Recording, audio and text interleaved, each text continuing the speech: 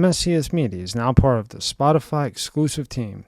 If you'd like to watch this episode and others, uncensored and uncut, click on the link in the description below. All right, we have Lisa Collum in today. Top writing. You want to say it for me because you know I'm going to mess it up. Top score writing. Top score writing and ELA curriculum for the 2nd to 12th grade. You're donating $1 million in writing resources to schools all over the country. And it all started with the teddy bear when you were a little kid, right? Yep, teaching in my room when I was 5 years old.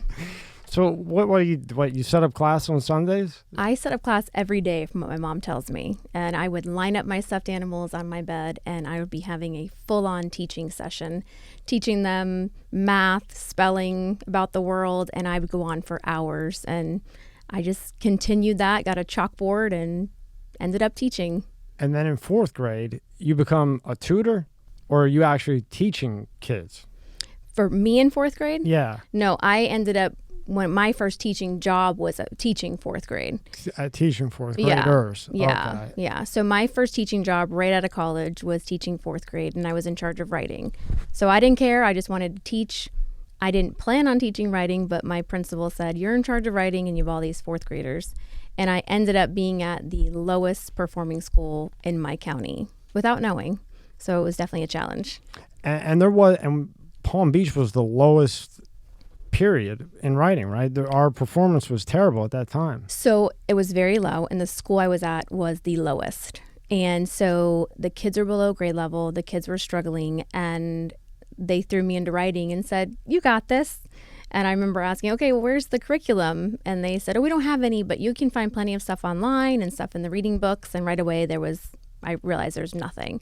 So that's kind of the beginning of it all, because I was put in a position where I had to create something on my own. And you would go to, Target, the library, and there was nothing. Nothing. I would go to every teacher store I could think of. I went online and I could find like a book on grammar, a book on paragraphs, a book on like introduction, but nothing as a whole set. So like if you're a reading teacher, you get like 50 books that lay out the entire school year. If you're a math teacher, the whole school year. But writing, there was nothing. So I just thought, okay, I've got these kids. They're below grade level. I'm in charge. It's my first year. I've been waiting for this moment my whole life. I have to do something. So take me through that day when you walk in and you're at the lowest of lowest and the most challenging possible on your first day. Mm-hmm. So how does that go? So I was excited and intimidated, but I remember looking at the kids and immediately thinking, they're going to do good. I'm going to make it. I'm going to prove everyone wrong. I don't know why, but that was like my initial thing is I'm going to prove everyone wrong. I'm going to teach them. I felt like everyone kind of already doubted them and wasn't even giving them a chance. So I was like on a mission. I was 21. I was like, oh, we are going to show them that we can do this. Okay. So you saw red. It was 100%. like, let's go. Yeah. I'm not very good when people try to tell me that something's not going to work, or I don't like statistics on things aren't going to work. I like to kind of prove it wrong. And I just immediately, I even told them like, you may think writing's hard. You may think you're not going to do good, but you are going to do good. Like we're going to work this whole year and you're going to get where you need to be. And it kind of pumped them up. Now, how did you get them to bite into this? Honestly, it started with just that motivation, like someone believing in them, because I don't think they'd ever had that. So they were like, oh, okay. And I was like, I can make this easy for you. We are going to practice. I'm going to give you everything you need. All you got to do is do it. Practice with me, and by the end of the year you'll be ready.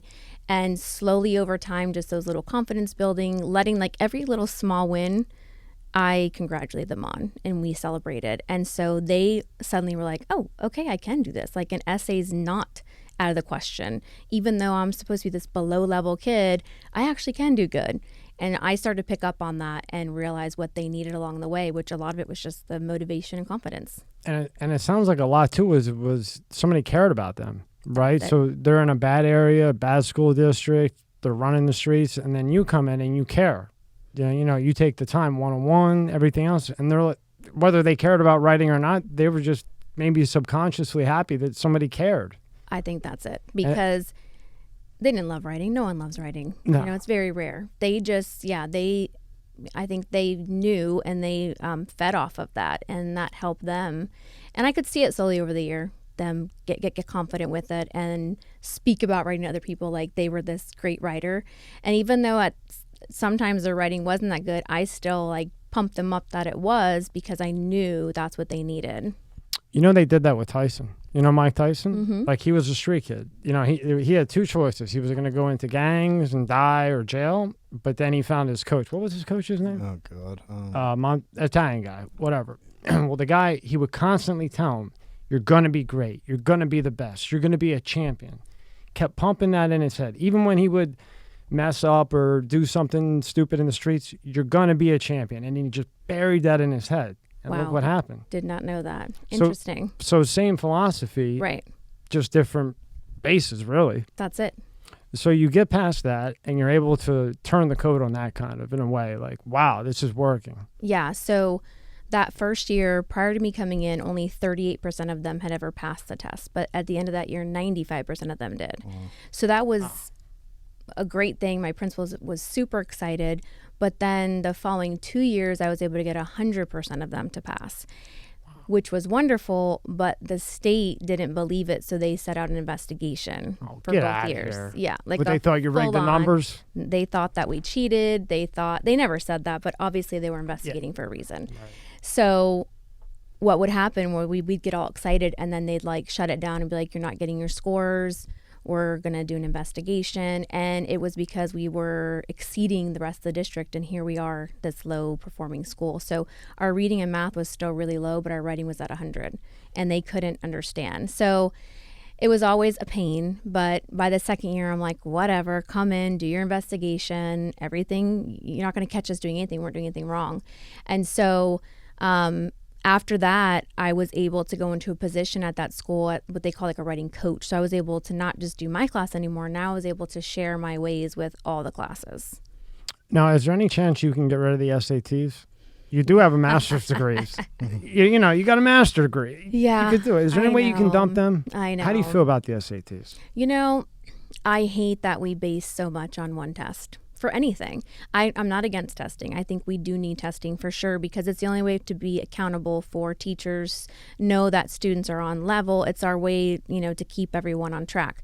At the same time, I don't think everything should be surrounded by this one test, because some people aren't good test takers, and that's okay. You should be able to show your mastery of things in other ways. So to put so much on this SAT, that bothers me. It always has, because I think there's really smart kids who think they can't go to college because their SAT score wasn't like everyone else's or high enough. Yeah, because sitting here right now, like, I think even if I had gotten straight A's all through school, if I bombed on my SATs, Ohio State's not going to look at me. Alabama, you know, a prominent school won't over one test, but I got A's on everything else. And that's exactly so how do we get rid of that? Yeah, that's a very good question. Can we have that mission after this one? You know, right?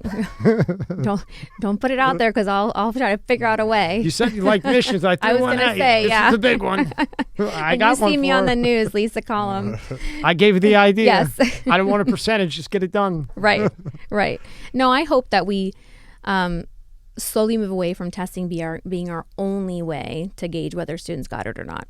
It should be overall. Yeah, right? Lots of factors. If you have D's and F's and you didn't pass the test, and your teacher's saying through observation she's seeing you're not on track, well, obviously you need help, or you need to stay back, or you need extra tutorial, whatever that is.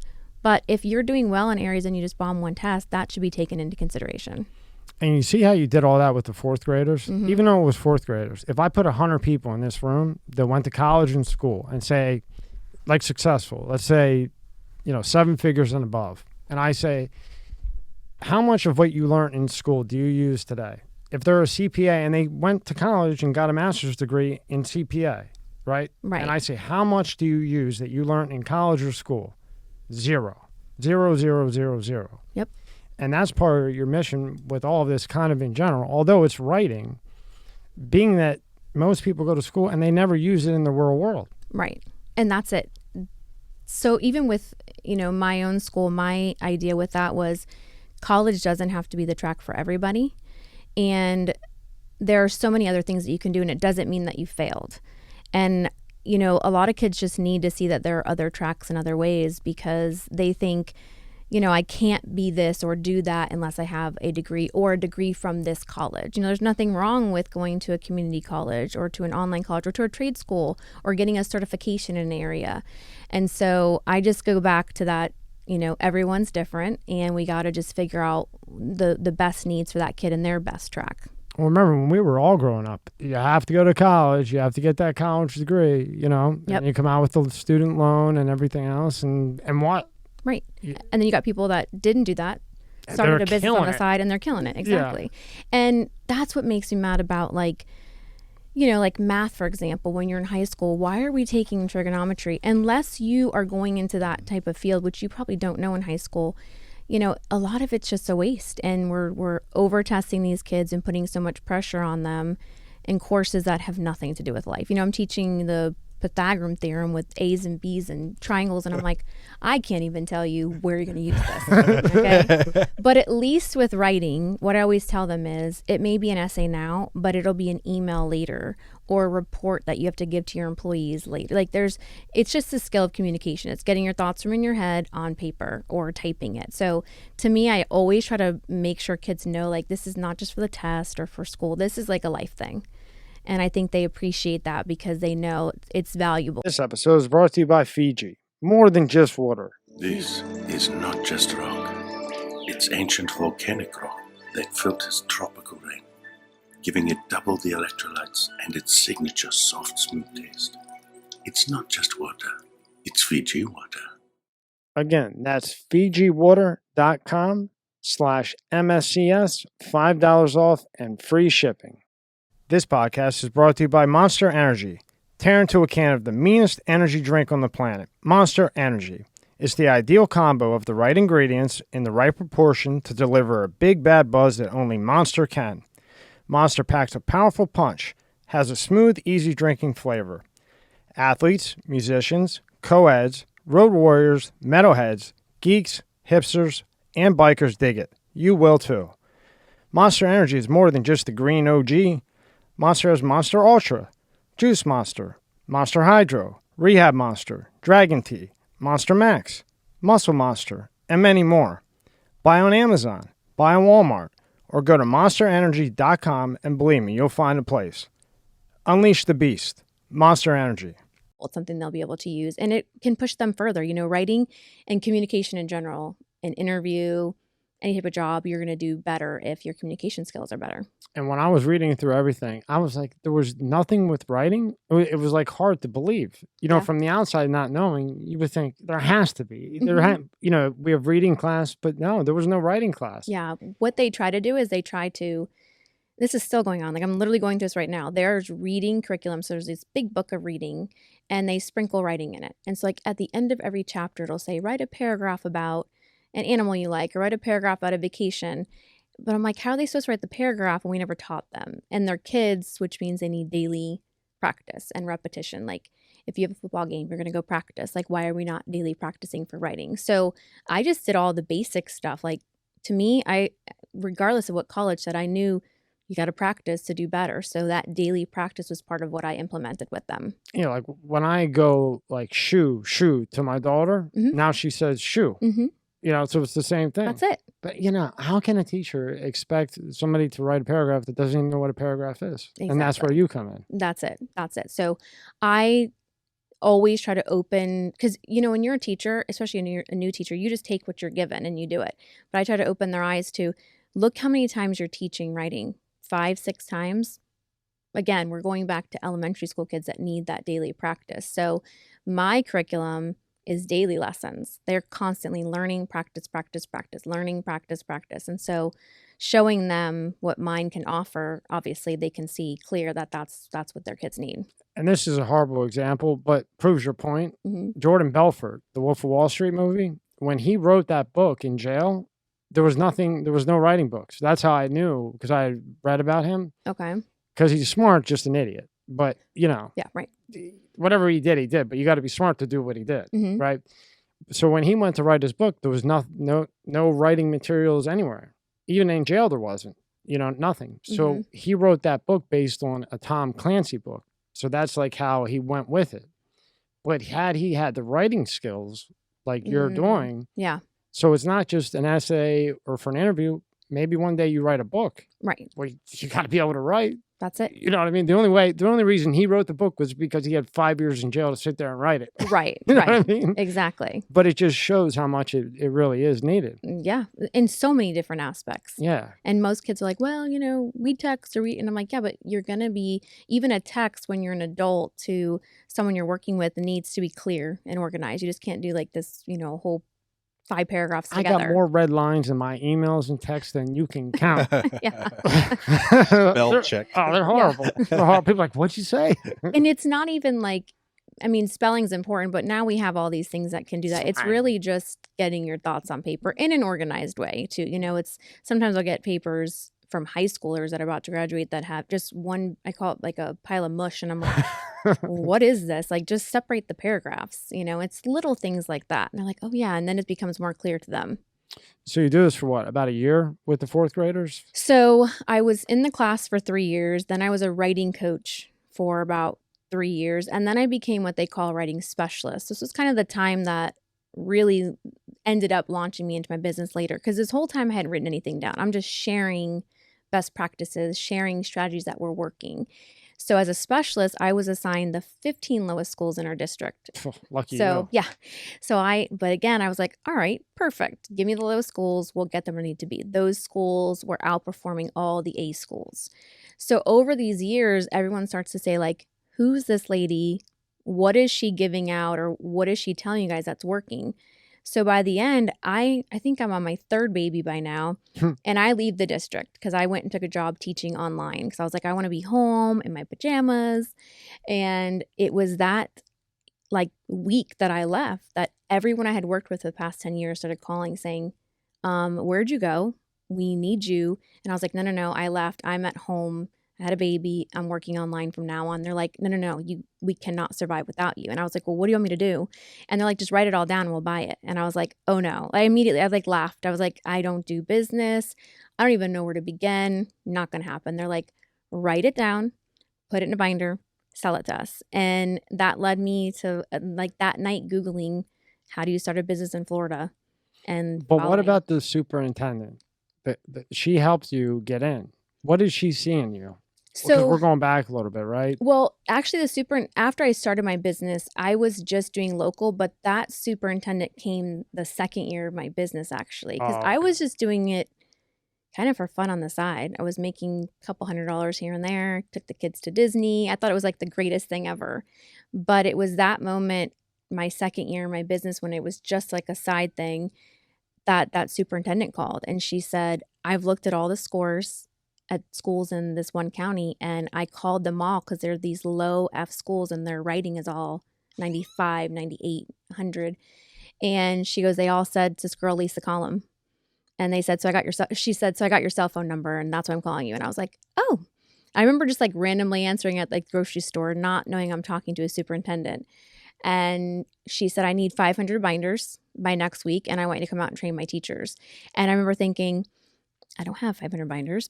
It's me by myself. And I was like, okay, no problem. I'll talk to my production team and we'll get on that. And I went home and like freaked out. And I was like, we got to go to Costco and get binders. And then you and your husband and your family, you guys get binders and you eventually start like an assembly line. That's it. So paint the picture to me of the assembly line. Yeah. So I would work all day online teaching. And at 5 o'clock, I go to Office Max. And I'd take my pile of lessons I'd written, put them through the copy machine. There was like 2 or 3. So sometimes if no one was there, I'd put, a bunch, get 3 copiers going. And then I'd go home and I had a heavy duty 3-hole puncher, like the electric one. That was like my big business investment. It was like $50. And I had that. That was like part 1. And then, so I had like, I think my 5-year-old doing that. And then he'd pass it and I'd put it in the binder and then he'd pass it and we'd have my husband put the cover in. And then it really was an assembly line. It literally was. And then they'd take the binder and put it in the box. And then the next morning before work, I'd go to UPS and mail it off. So I was in UPS so much when I had my 4th baby, her nickname was the UPS baby. Like she like lived in there with you, She lived right? in there and they like would take her while I would bring boxes in. Thank God I have a whole shipping department now. But yeah, that's in the beginning. That's how it was. Grind, yeah. right? We made the binders and I remember going there to train. It was my first time in front of like 500 people.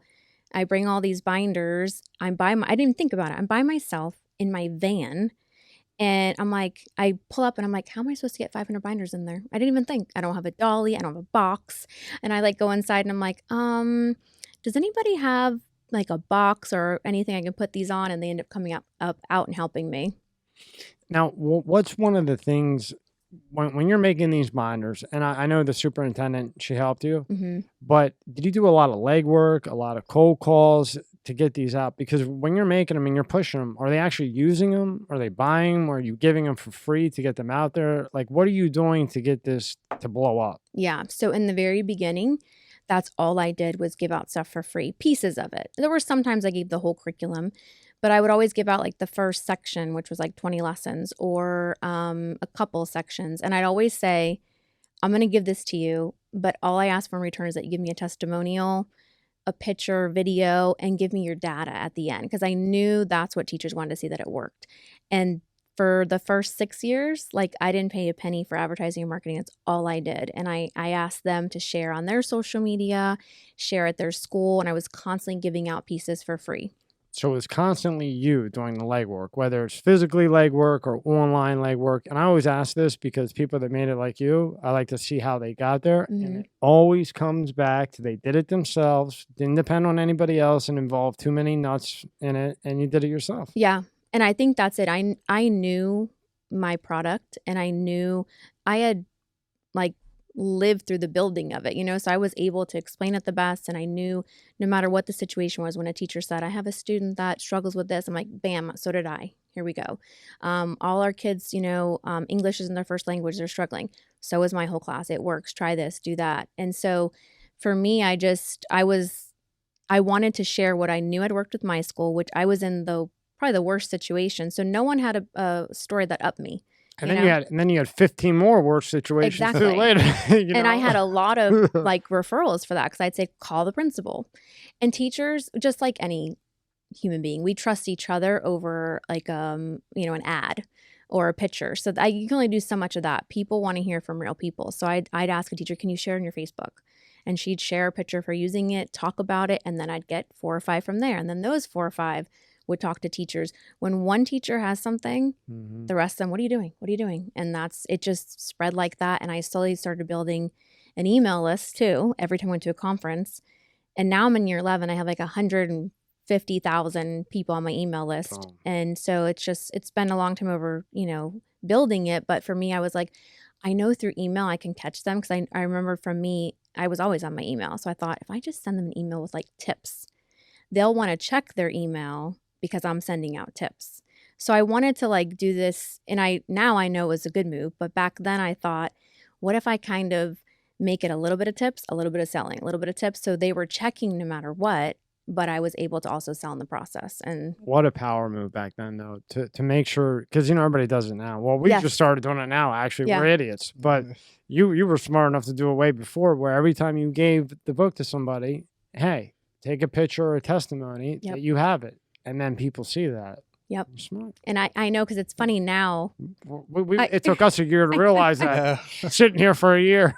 And I joke because I always say I knew nothing, because I really didn't. I was like, even my first call, someone said, okay, we want to do a purchase order. I remember thinking, okay, I'll take care of that. I'm like, what is a purchase order?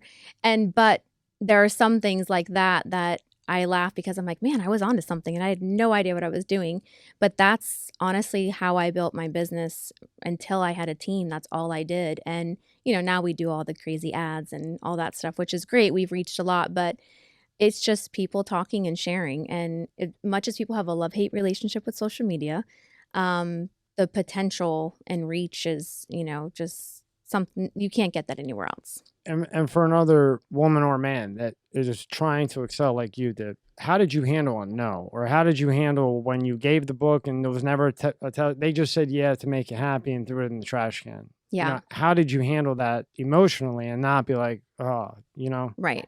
So there were many times I was like, oh, I should just shut down. Like there were times I would sit in meetings with mostly men, mostly very high up men. And I never, until like 3 years ago, never really spoke up for myself or my company. So when they would start saying, we don't agree with this. This is the way we teach writing. We want to be creative. That's too structured. I just sat there. I never said anything. And then I went home and I said I was going to shut down for like 3 days and then I'd get over it. And so now when I go in, I hope they say that because now I have like 20 Now things you're in ready. 11 years. Now I'm ready. You got an arsenal. But I didn't have that confidence then. And so I tell everyone now, in the beginning, expect the no's. I'm telling you now, expect them and just know that you just have to get through. Like, it's part of it and it's just a roadblock and just move past it. Because if you get too emotional about it, you're going to let yourself get down. And there were many times, I mean, I was literally like, I'm shutting down. Like, I'm like, I can't take another no. And, but then another call would come. Thankfully, I had really good people, like other principals that were like, don't worry about them. Keep going. Go to another county. Every time I'd get like banned from a county. They would actually ban you? Oh, yes. Ban you for what? There was a whole memo on you cannot buy from Top Score Writing. Yes. Are you serious? I was banned from the county that I had 99% of my sales from. Sure. Based Yeah. on what? Yeah. They That's crazy. They said, so I have a very structured approach to writing, meaning I'm their kids and we know structure works. So I tell them exactly what each part, they wanted them to be creative. And I said, when you jump on a bike, do you just start doing tricks or do you start on training wheels and then slowly you build, then you take them off and then you can do tricks later? Like, why we can't be creative? We don't even know how to write a paragraph. And they just were against it. Plus, it was me, and they were mad that they were spending their money on an outside resource rather than using the people in their district. So I was banned from school districts. I have had multiple people write news articles, like with false information about the way that I teach writing. I lost a $500,000 deal 2 years ago. I had the last signature, the 8th person to sign. I had printed all the books for them, and the board member found the article that someone had written that was all false, and canceled the whole deal because of the article. Wow. So I just say now to everyone, I'm like, listen, I had to go through it all, but just expect it. Expect the haters and expect the no's, and you just have to go on to the next. You can't get all emotional about or get in your feelings, because that's just it's downtime. It's wasted time. Now, when you got a no, would you go back a second time, or one no was enough for you and you kept it moving? Yeah, now I'll go back. But then no, I was like, I'm not going back. I'm not even gonna look at them. Also too, what I fought a lot, and I still fight, is that teachers want it. No one really ever says no. It's getting it approved and funding and all that. So a lot of times it was the teacher saying they said no, and so I'd say, well, why? Well, they don't know who you are. Like I can't buy from a random person. No one ever heard of me, and so then I tried to provide them with like data or testimonials, things like that, but I did not call back. I kept sending emails. But that's something that I think it's funny you say that, because when I think now with my team, like my team is like on it. They're like, we will keep calling until they say, do not call again. Yeah. You don't want to mess with the Lisa Army, right? Yeah. Right. And I'm like, oh, I never did that. If the Lisa Army comes at you, got a problem. Yeah. You got SEALs Team 6. Yeah. Call Rick Prado. Yeah. They do not play. You have to tell them, stop calling me. But I heard about Lisa's Army. I heard through the grapevine. I have a very good team. That's very good. Yes. A question for you. So we had Rick Prado in. He was the head of the CIA until 2016. They won't print his book in Spanish, even though he's from Cuba. And he wants it over there because the point of the book was, to get information over to Cuba and everything else. It was just like a message, right? The publisher will not print it in Spanish. They want him to pay like $1 gazillion. Do you think more languages should be more put into school? Because nowadays, when you get out, if you're bilingual, I mean, you have a massive edge. Would you agree with that? Yeah, definitely. And write then too. If you can write in 2 languages, right. Good night. Yeah, I mean, the way that our country's moving with diversity, it only makes sense. I think that we are slowly starting, like even in our county here, we have, I think there's 3 schools out of 100 and something, but they have a dual language program starting in kindergarten. That's when you have to do it. What we do, which is dumb, is we start foreign language in high school. Mm-hmm. Everyone knows, research shows that you learn, it's better when the younger, you're absorbing more information. So these dual language programs start in kindergarten, and you're getting half your day in one language, half your day in English. And so you're learning right then and there. That's what works. That's what we need more of. Not waiting. My oldest just finished Spanish too. He doesn't know anything in Spanish. It's all, you memorize and try to pass the test. That's not truly learning. That's just checking the box. I did a foreign language. So I think we need to do more of the dual language immersion programs that they have. And like you said, especially now with the way everything is, Yeah. any benefit that you can get, it was huge before. Now it's even bigger. Yes, definitely. So when officially do you open Top Score Writing? So I officially opened it in 2011. Can you pull that up, bro? 2011 officially. Now, were you nervous because you left the job? Or are you nervous to go on your own? Okay, so when I officially started my business, I did it for 4 years as a side hustle. So I worked full time. Right. And did this on the side. But in that 4th year, when I went off on my own, I was scared to death. I had my 4th kid. I had a lot of bills. And I had been a teacher my whole life making $38,000. And I thought that was a lot. And so I was like, oh my gosh, I'm not going to have my teacher salary. And I don't know, what if they don't buy? What if I get banned again? I saw when you left, you were pregnant. 40's better than 0 when you have having a 4th, right? Exactly. So I had this plan in my head, and I thought, if I can sell this many books and work with this many schools, that was my goal. I think I had 8 schools, and then another 8 I could sell books to, and then I was going to work at this school that I knew I could go into. I had this whole plan where I could just make my $38,000. And it's funny because I left, had this whole grand plan. I was giving people my books for dirt cheap, just trying to get in there. And that year I just kept doing better and better and better. And that's when that superintendent called, and then another big shot called at a county. And my plan obviously went to shambles, but that's just how I've always been. I've never just jumped all in and taken total high risk. That's not me. I always do it slow. So I know you had the 4 years where you're doing it on the side, but what was it? What was it that clicked that said it's time? Even though you were scared, but you did it. Do you remember exactly what was it that it's time? I'm scared to death, but it's time. Yeah. What was it, and why was it that particular time that it was time to go? Yeah, I remember distinctly. I was being asked to go train at schools, and they were going to pay me a lot of money to go talk for 3 hours and train schools, and they needed me during the day. And I thought, I can't keep taking off to go make money. You're not allowed to do that. I'm gonna end up on the front of the newspaper somewhere. And I remember kind of going, yeah, I thought, oh, I can't do that. And so when it started to affect my full-time job, but I knew that I kept increasing, I kept growing. So I knew I was in the right direction with my income, and I knew I couldn't do both. And so that was the moment where I thought, I got to make a decision here. And I'm doing well. They already have these 3 or 4 that want me and want to pay a good amount for me to come consult. And so that's when I jumped ship. And so kind of that you had that in the back pocket as a cushion. That was enough where, okay, even if this fails, I still have this, and I can go from there with this. That was it. And then I was like, I can tutor on the side. I can babysit. I had all these. You had it back up upon back up. I never just had one job. Yeah. So even when I was teaching, I tutored. So I always knew I could do something. So that was always my plan. You would find a way. I'd find a way, yeah. Okay, so take us through this great site that you have. I think it's awesome. So this is Top Score Writing. So what I try to do on here is give teachers a big picture of what Top Score Writing is, but also all the good things about it, right? So we have, if you go into the curriculum tab, you can see I give an overview. If you go into print, for example, you can see all different examples. I'm real big on showing. Even when we were going over the website, I said, you got to show pictures. We can't just keep putting a picture of one kit. We've got to show what it is. I have an opportunity for them to download sample curriculum. That was important for me because like anything, you want to see a sample of it. I always put the schools that we work with, trying to show, validate us. Yeah, right? You're not just another pop-up. Exactly. Whatever. People want to see you work with big counties.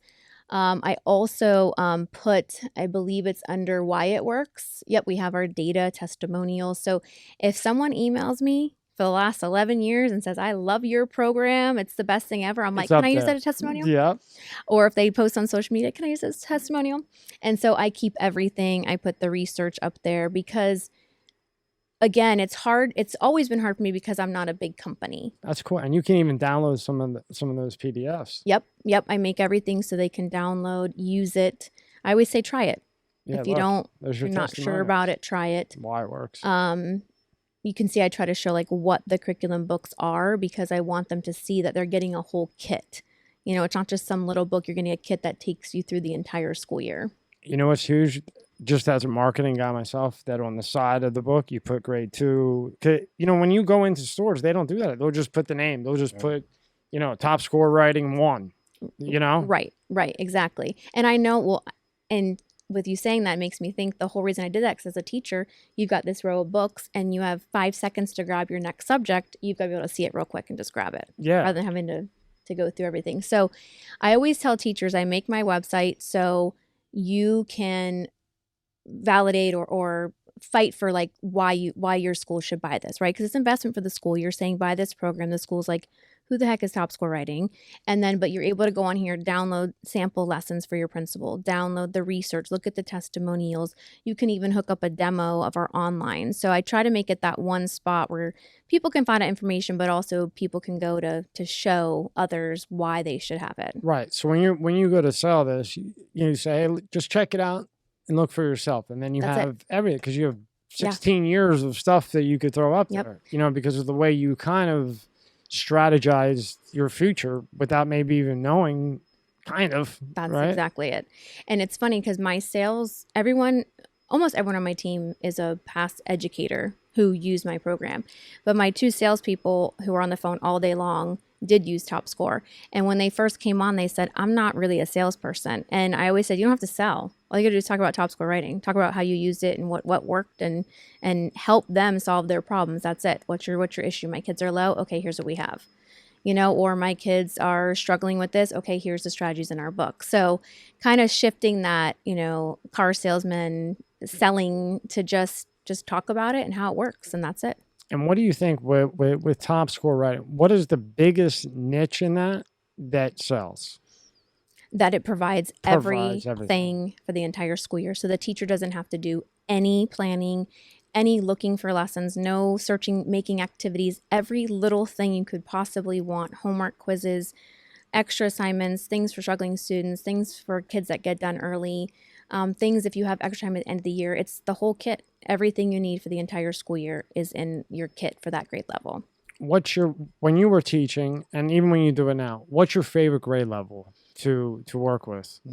Top 2 favorite grade levels. You got. I do. You might not want to tell me, but no, I have 2. I forever 4th grade would be my favorite. I started there as a child. 4th grade was my favorite, but that was my first, you know, few years of teaching, and I love 4th grade because you're beyond the like, you know, little kid just learning ages, but you're not like attitude middle school yet. But I also love high school because I just feel like there's so much of an opportunity to impact them. You're having real conversations. You know, if I throw an F-bomb, no one's like freaking out. It's almost like we're having, you know, a conversation, relatable conversation. And I feel like with high school, it's just a different level. It's like getting real with them. And I love that. I love that I don't have to sugarcoat stuff. I love that it's just like, you can do this, this, or this. End of story. You pick. And they're just like, okay. And so, you know, sometimes it's not the easiest with high schoolers, but I find that I'd say 4th, and then high school is definitely my top 2. I could say high school because that would be a challenge for you. Because you would have a guy or girl that's already set in their ways, and then you come in and you say, hey, if you don't learn this, it's only going to take you so far. It's up to you. That's it. And then you got that. You just have the power move thing. So, yeah. Well, I don't sugarcoat, and they know that. Yeah, like maybe in the elementary, you're the straight right hook. Yeah, right off the rip. Yeah, I'm like, you can go anywhere else. I can make your life a whole lot easier here. Just do what I need, which is I'm not requiring more. I'm requiring minimum. Do it. Go work, make money, and come back the next day. So. Well, you deserve it. You got a master's degree. Yeah. You're way smarter than any other than your assistant. We're the dummy. You don't have a master's. I don't even have I'm the dumb one in here. I'm the big dummy. So then you get through this, and then you decide that you're going to take it a step further, and you're going to get a school, a private school, right? Yep. Now, Now that's a whole nother thing. Yeah, You I know, know. you leave your job that you're comfortable with and content and security. You take that wing, almost have a heart attack. After you almost had a heart attack out for a couple no's and had to take a break, right? Yep. And now you decide that you're going to go buy a private school and wing it on this. Yep.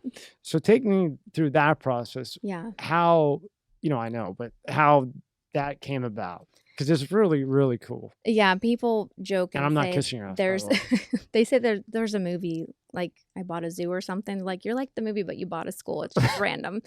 But the crazy part is that the school had been in my life for probably 15 years before I bought it. So my brother was not a school kid, failed, dropped out. Shout out to your brother. Yeah, we made it, buddy. He was like did not like school. We would get along real well. High school year, he drops out. My mom, I had just started teaching. She calls and says, I found this hole in the wall private school.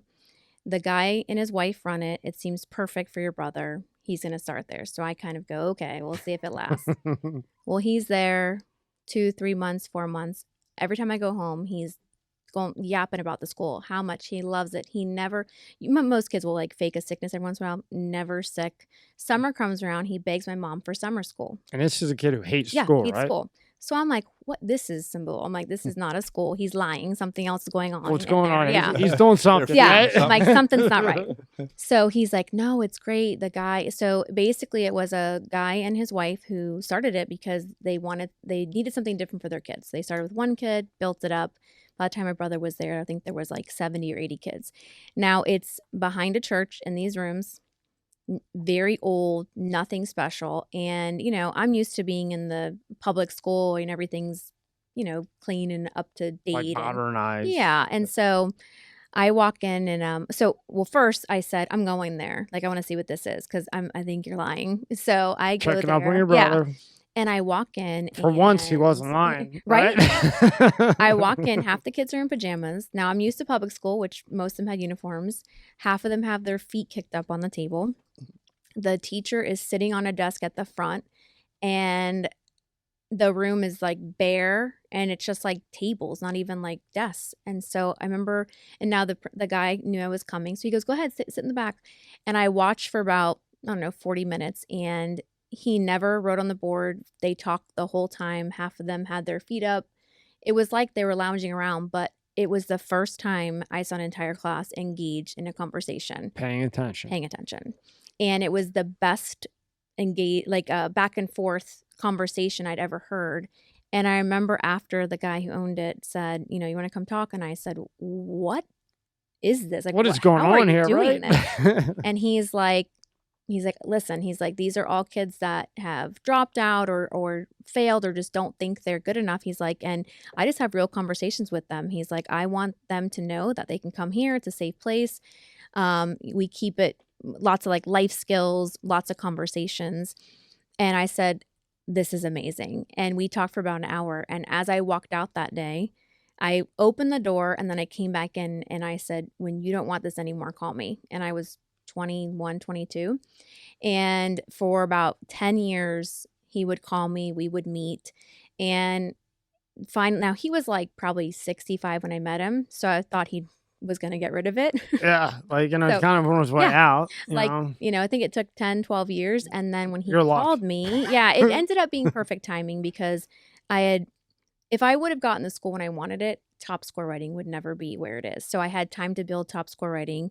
And then, so to kind of put this in the right time frame, the year that I left my full-time job and did top score writing full-time was the year I had my 4th child, which was the year I bought the school, all within 6 months. Wow. And the only reason I bought the school is because he called me and he said, I've graduated all the kids. There's no kids left, but if you want to buy the school, it's yours because we got to do it now. And I was like, so I started a business and I'm trying to run that. And I just had another baby. I said, but I'll buy the school. And in my mind, I thought I'll just keep it and open it in a few years. That lasted like 2 weeks because I got a call from a mom crying. Her kid had dropped out. She wanted the school. So I said, all right, I'll take him. We'll do part-time in, part-time from home.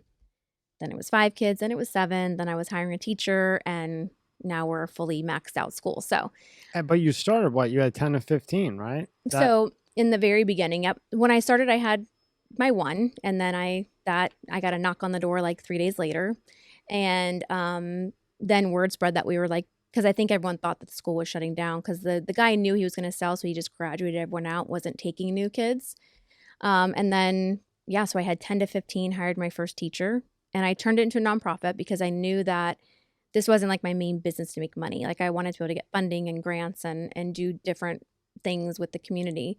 So I went through that whole process, had no clue what I was doing. I Googled how do you start a 501c3. That was not easy. Now, was that tough to get people to come in because people had thought this was over? You know, the guy's on his way out. You know, he made it to 77. It sounds like so he lived a great life. He's still alive. He's still alive. Oh yeah. Jeez. No, he's still going strong. Yeah, I know. Yeah. I want to know his diet. I know. Right now. Yes. Yeah. But I mean, did you have any trouble trying to get people to come because they thought it was done for, or just? So, what's crazy about the school is like they never really advertise. So no people know it if they grew up here, but other than that, no one knows about the school. And we're like the only private school that's like a few rooms behind a church. Like when people come from for a tour, like a parent will be like, "Can I come for a tour?" And I'm like, it's going to take like 3 minutes because I'm going to point to rooms. Like we're not this grand school, but that's the beauty of it. Like I feel like I don't want to be in this big fancy building and charge crazy tuition. I'd rather keep it really, affordable for the parents and have just what we need. And that's what we have. And no one bothers the kids. They hang out outside. We have a courtyard. But in the beginning, I didn't know I'd never run a school. I was a teacher, right? So here I am running a school now. I'm the owner, the principal, and the teacher the first few years. I'm still trying to run top score. Quite of a jump. Yeah. I'm like, again, like I keep getting all these, you need to do this, you need to do that. And I'm, when I tell you learning everything, you know, at one point they're like, you're out of compliance because you didn't submit your health department form. I'm like, what health department form? You know, so it's like they're coming and checking too. Every right? little thing. What goes into all that? Who all comes and checks? Oh, there's the health department, the fire department, the state compliance, your county or your city, whoever you're under, lots of things. Now it's a little easier when you're a high school as opposed to like a daycare, but they still, is the fire extinguisher there? Does your sink have hot water? You know, just a bunch of little things. But like, I don't have a bar. Yeah. Okay. This isn't a bar. We're not serving here. I don't serve food. Yeah. But it was like department. learning everything along the way. So, it wasn't necessarily hard to get kids because it was just, again, like word of mouth, you know, and I do a lot of my own social media. So I feel like I was just posting. I always tell everyone like who starts a business, I'm like, post everything. I don't care if you're sitting at your table.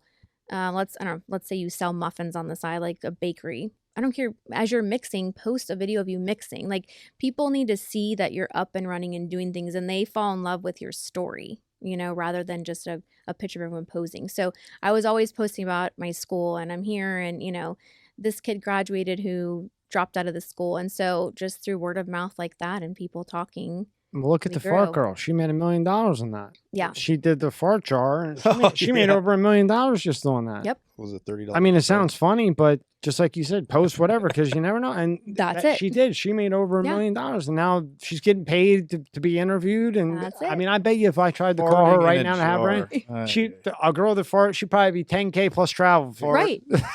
But you know? it's just the way that the world is. And I, you know, people laugh because everyone thinks you have to have a photographer and this, you know, perfect. And I'm like, no, people, even with Top Scorer, I think people like my curriculum, but it was also my story. Like they liked that it came from a teacher who had been there. So when I was posting things about that, people connected, you know, and related to it. So, and also you built this as a family.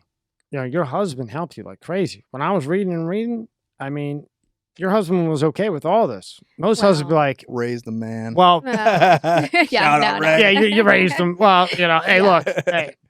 I always explain it this way. Bro code. No. All right, bro code. And he's the man. He knows, and I always say this in my interviews because I think it's important. My husband is an in-the-box type of person. So he likes his steady paycheck. He likes his 9 to 5. He likes knowing when he has off. He's no risk. He overthinks everything in a good way. I'm the opposite. I didn't know I was, but I found that I'm the opposite. So when I said I'm going to start Top Score Writing, he kind of like laughed and looked at me like, because it sounds funny. I'm a teacher and I'm going to start really, like, I'd be like, come on, bro, you know, you're not going to start a business.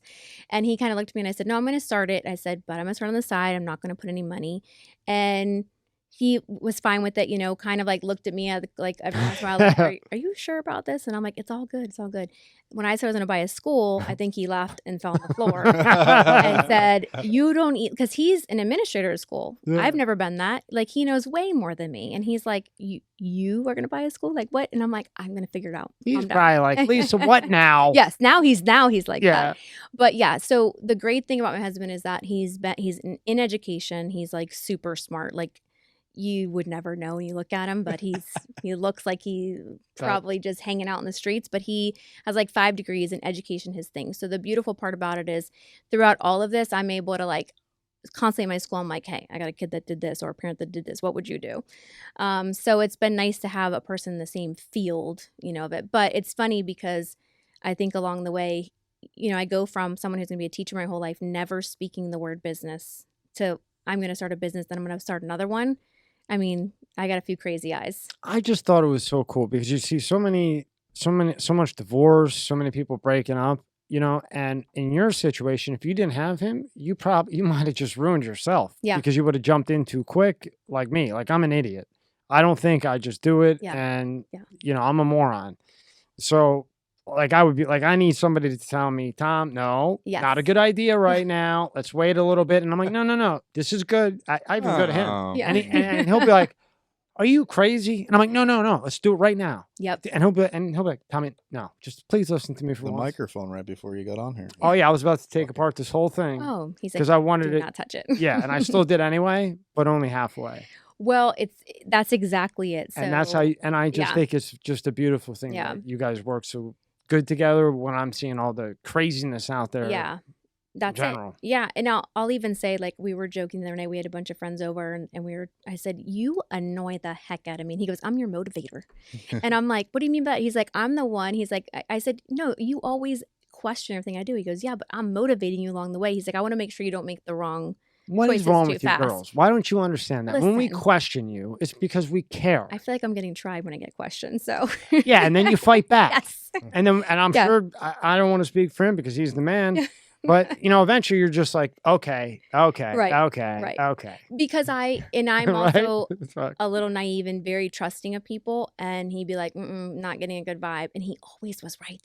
But instinct. Yeah, I think it's definitely a good balance because there were times I may have jumped in too much, or even like with a discount, like I'm the worst salesperson out there. If you're like, you can give it to me for $1, I'm like, sure, you can have it, no problem.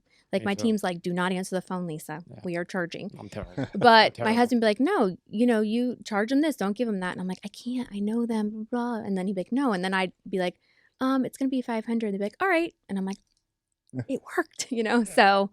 I can relate. Thank you, AJ Bright, my agent now. If somebody would say, hey, it's this much to come in here because I have this many subscribers or whatever, my idiot self would be like, okay, I guess this is right. Okay, here, poo.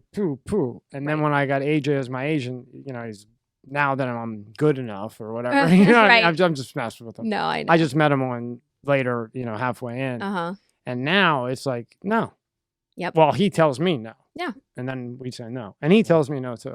Yeah. I think I always say we can't be good, or our specialty is not in everything. So like, I know sales is not my specialty. So I welcome in team members or other people that's their thing, and I think that's important to have people like that around you. And see, I feel bad sometimes because like I'll see something and I'm like, I know it probably won't work or it might work, but I think in my dumb head that I can change things and I can be like, okay, well, here's this and we can do it.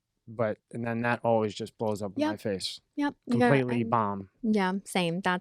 I'm way too easy to talk and like try to get a deal, or it's hard for me to say no, like to, things that I'm committed to, and I always try to balance things out. But you're aware of that and you've made the adjustments and you stay away. I'm better, but I get it. But it's nice again, just having people around you. Oh yeah. If you want to have that, so, if any of us, we wouldn't be sitting here right now with all of us if we didn't have the right support. Right. And this is the beautiful place they bought. This is so cool. So were the doors blue when you got it? No. What color were they? Yeah. Whoa. They were like, Rob, what color do you think they were? Like that ugly pink color. Yep. No, really? They were like an Maybe I saw a orangey picture. That pink. might be why. Yeah, they were like cheater, an orangey cheater. He cheated. He doesn't count. I was going to say gray. So we did little things. I mean, I put down that mulch. My dad planted the plants. We'll go back. Oh. We painted the doors. My brother pressure cleaned. There's so many little things that we did because I remember thinking I want the kids to come here, and I know it's not fancy, but I want them to feel like it's like a school and it's they're worthy of being here and it's a nice place to come to. I didn't want it to be, someplace that they didn't like to come or that wasn't welcoming. I just want to put my feet up on the table when I'm in class. Yeah, I mean, that's a seller right there for me. They don't. Not a lot of them do that, but they come in their pajamas. Like, there's no shame at my school. But I don't care as long as you're there. I do not care anything. So, but we take a break every 40 minutes. They get a long lunch. They get done early. If they go to work, they get done even earlier. So I'm just really flexible. I'm like, come, do your stuff, then you can go. Mm-hmm. That's it. No, I don't need all the wasted time that most schools have. Yeah. Now, when you go to a private school, because like I told you, like I have a daughter, times now are nuts. So who knows what to do? Right. In private school, when somebody goes to your private school, mm-hmm. the extracurricular activity, are they still able to get that social, to be able to socialize like a kid in public school and learn those skills if a child's or a student is in, a private school? Yeah. I'm asking because I really don't know. So think about it this way. My school has about 50 to 60 kids. A high school down the street has 3,000. For most kids, that's overwhelming. For most kids, they get lost in the shuffle. So 50 allows you to be you. You get the socialization, but you don't have to be like, a lot of kids get in trouble because they're just trying to be cool because you got to be cool with 3,000 kids, right? You got to fit in. So you can't be the only one being good and making good choices. You got to be a little bad. People respect you, Yeah, you got to be the badass. But at my school, there's 50 of us. No one cares. Like, so there's literally like no one trying to be cool. No one trying to dress up. Like, we come, but they get to socialize. But it's crazy because my brother used to say, we're like a family. And I'd be like, okay, bro, you're at school. We are like a family. It is crazy. There are days where if something has happened in the world that's crazy, that the teachers will do nothing but just talk with them. Or if we've had like one of our students lost a parent and we did nothing that day. Like, we just helped the student. We talked about it. I think that's how it should be. Yeah, and that's exactly. I always say that I keep it small because I always have a waiting list and everyone says, why don't you take more kids? That would defeat the purpose because I explain it this way. Every kid comes with a story and I don't want anyone to forget that story. So if, the kid walks in and puts his head down, and that teacher remembers, oh yeah, his mom's a drug addict and they don't have food in the house or electricity. He's putting his head down. He's probably up all night starving. He can sleep and we'll figure that out later. He can stay later or make it up the next day. Like, I'm not going to start yelling at you because... Yeah, harp on him more about his homework when you don't know what he's going home, what's going on in his home life. Exactly. We have another kid who lost his little brother a few years ago from cancer. And there are days he comes in and he cries all day and he gets to go to the office and no one cares. Like, no one's, you need to do your work. No, your brother died. Like, to me, that's why I love the school so much, because we're able to do all those things and remember those specifics about the kid. That's how it should be. Yeah, and you don't get to do that. And I can't even blame the teachers at other schools because there's 3,000 kids with 50 in a class. They have no choice. And they'll probably get reprimanded if they did do that. Yeah. If they said, hey, look, Johnny lost his mom today. Look, let's just all hang out and play board games or something. Yeah. Let the kid, because when I lost my mom, you didn't see me for a month. Yeah. I was destroyed. Get alone. And then if it had happened when I was in school, and then you're going to get on me about my homework. Right. I would be doing 10 years in jail right now. Just because, I'm a guy, Well, yeah, I mean. Or whatever. I don't know. That's what no one factors in. And then, the kid came to school like the day after. It's just, they're coming there because that's their safe place. And I feel like we just need to make sure that, that they know. This episode is sponsored by Aurora. Do you know what the fastest growing crime in America is? For years, this crime rate has been surging and affecting millions of Americans. I'm talking about identity theft, and there's a new victim every 14 seconds. Yet despite this, those who have had their identity stolen are often shocked when it happens. That's why I'm excited to partner with Aurora, who is sponsoring this video. Aurora is identity theft protection, fraud monitoring, a VPN, password management, and antivirus software all into one easy-to-use app. Their VPN allows you to stay anonymous online by keeping your browsing history and personal information safe and encrypted. Protect you and your family from America's fastest-growing crime. Try Aurora for free for 2 weeks and see if you or anyone in your family's personal information has been compromised. Start your free trial today. Go to aurora.com/MSCS. The link is in the description below. That we're here for them and that they need time to put their head down or go to the office and cry or whatever, that's perfectly fine. And it's okay, right? That's okay, yeah. And you take students that dropped out. You take students that might have a little bit of a trouble. You know, you take in all shapes and forms. I take everything from the straight A student to the kid that dropped out. And it's almost like a band of misfits in the greatest way possible, because you would never expect them all in a regular school. You would never see them in the same groups, but they're all together and they all have each other's back. So we have kids that have anxiety, kids that have been bullied. I have about 5 or 6 transgender kids. I have my dropout. I have the ones that got kicked out, and everyone meshes fine. I don't understand why people just can't be who they want to be. Yeah. As long as they're not, in my opinion, this is just my opinion, as long as they're not pushing it down somebody else's throat. That's it. If whatever it is, let them be happy. Who cares? That's what I said. Yep. And I have to admit, it was funny because I always share this story. When I was first getting, there's a group in Lake Worth that has a lot of transgender students that were working online. They weren't doing well. So they reached out to me and I said, yeah, we've got spots. Perfect. And when they were coming, I thought, should we have like a presentation with the kids? You know, I don't want them to like be questioning or different things. Well, we didn't end up doing it. The transgender kids come. Not one kid says anything all day. At the end, one kid goes, is that a girl or a boy? I said, a girl. He goes, oh, okay. Nothing else ever said. And I tell everyone that because I'm like, the kids don't care. Like, no one's out there judging. It's when their parents get in their head or TV gets in their head. Like, no one said anything on either side of it. Everyone just goes to school, does their thing, and leaves. And I think it's the media gets in the parents' head and the kids' head. Yeah. I had Elaine Lancaster in. She was do you know who that is? Yeah. Yeah, I had her in. I had her in 2 months ago. Trump drag the Trump drag queen. Nicest person in the world. 3 hours. She's a friend of mine. He's a friend of mine. Whatever. And everything that you would think, every question that I asked Elaine that you would think the answer would be was the complete opposite. She lost $2 million in tour money or appearance money because she came out as a transgender, which she already was, but she came out and was in support for Trump. Who cares about politics, right? Trump, left, right, whatever. But because she didn't go along with what you wanted, cut all her thing, all her dates, everything. Over 2 million, lost commercials. They had a magazine with her and LeBron James. I think he was him in that one. And they cut that, everything, just because of that. Yeah.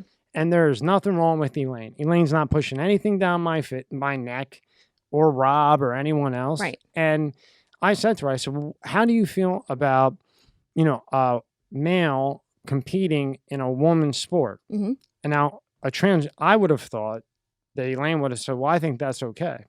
Elaine wasn't like, no, I don't think that's okay. And, the trans thing, they weren't happy with her, but she's like, no, it's not fair. And I said, what do you think about, things like this being taught to young kids that are just developing? And Elaine said, that is horrible.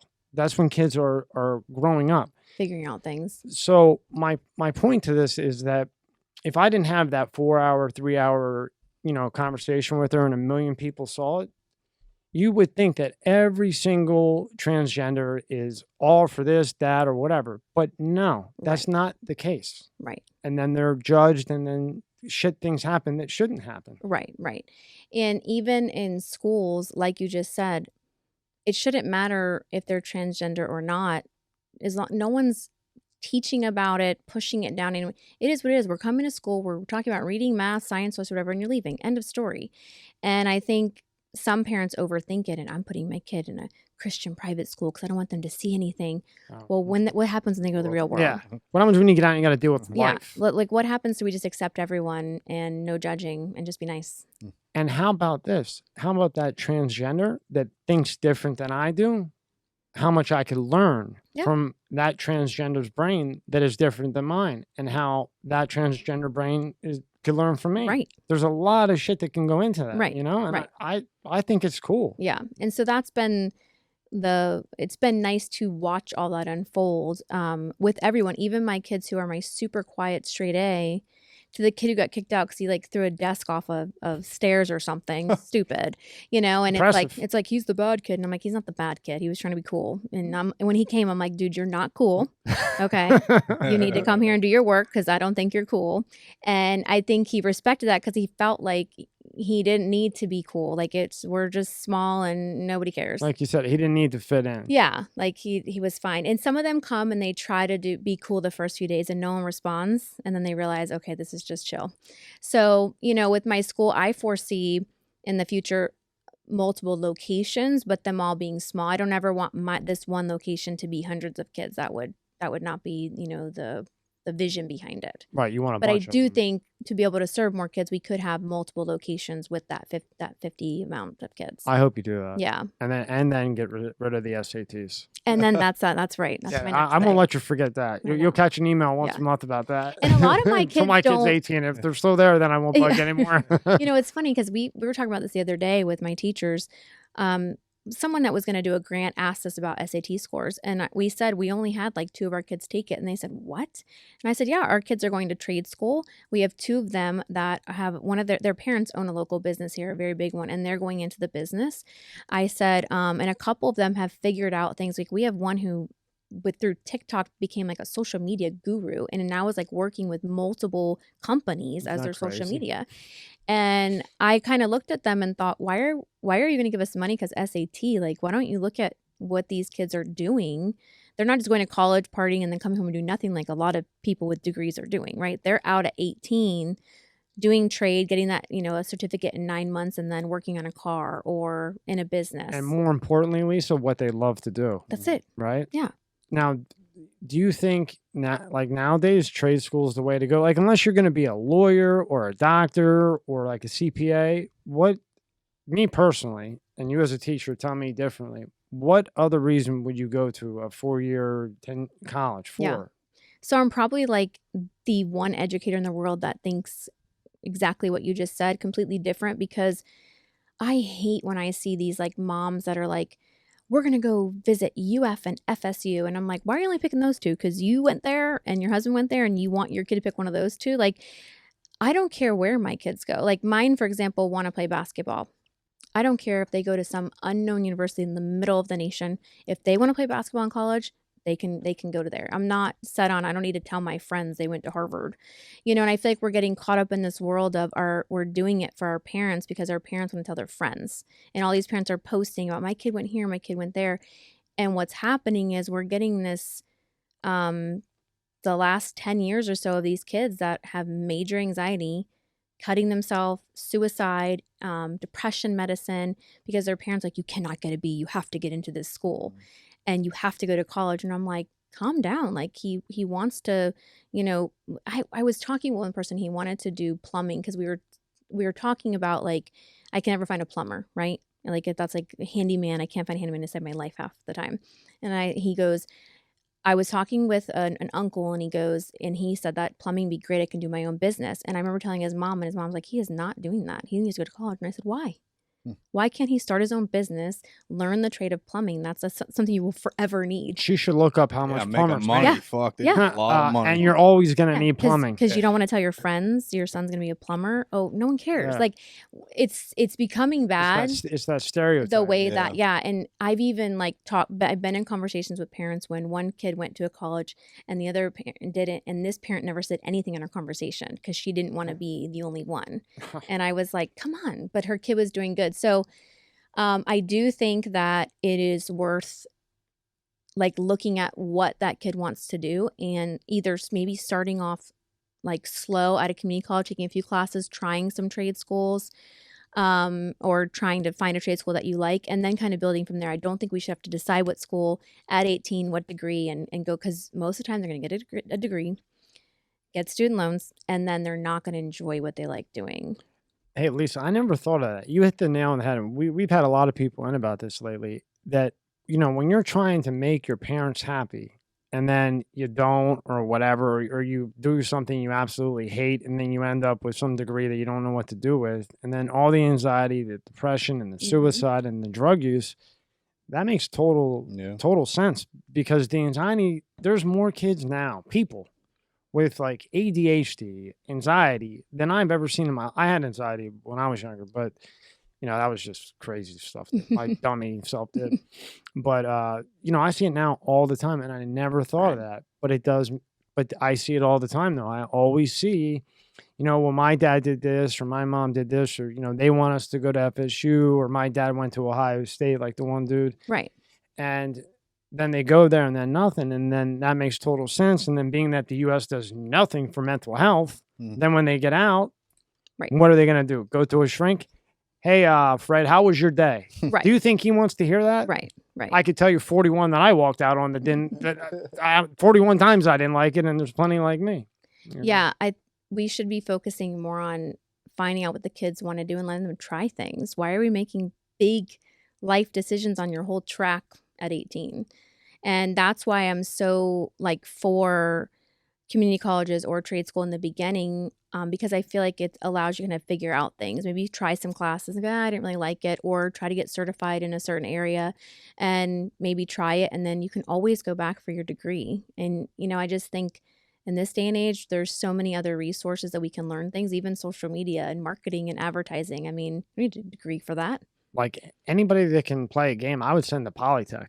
Those gamers make. Yes. I couldn't believe it. I've heard. I couldn't believe it. Well, because. But I'm not one of them. Get the damn off the video game already. Yeah, but I know a couple of those kids, 20 million a year. They went to Polytech because now they're in the game thing. But then when they're done with the game thing, they went to Polytech and now they can build the damn game. Yep. Oh, yeah. But that's the thing. We got to let kids and figure out what they like, but also accept that it may not be what mommy and daddy likes, right? And it's I hate that bad. Standard. I hate that standard. Yeah, it's getting worse, and the whole you can't get a B. I post about this all the time because that makes me mad. And listen, my oldest son has never gotten a B, and I told him the other day, I said, "Can you please get a B? Because I'm gonna get a freaking cake, and we're gonna celebrate because you need to get over this perfect world stuff." He was freaking out because he had an 89, and he goes, "I'm gonna get a B." I'm like, "Oh my gosh." That's life. Stuff happens. And then he got extra credit and got the A. But I have another kid that gets A's, B's, and C's. And my kids are like, you let him get C's? And I'm like, as long as you're trying your best, I'm all for it. And he'll probably be the one that is the CEO of some company because he just thinks differently. He's not the book. He's the outside the box type of person.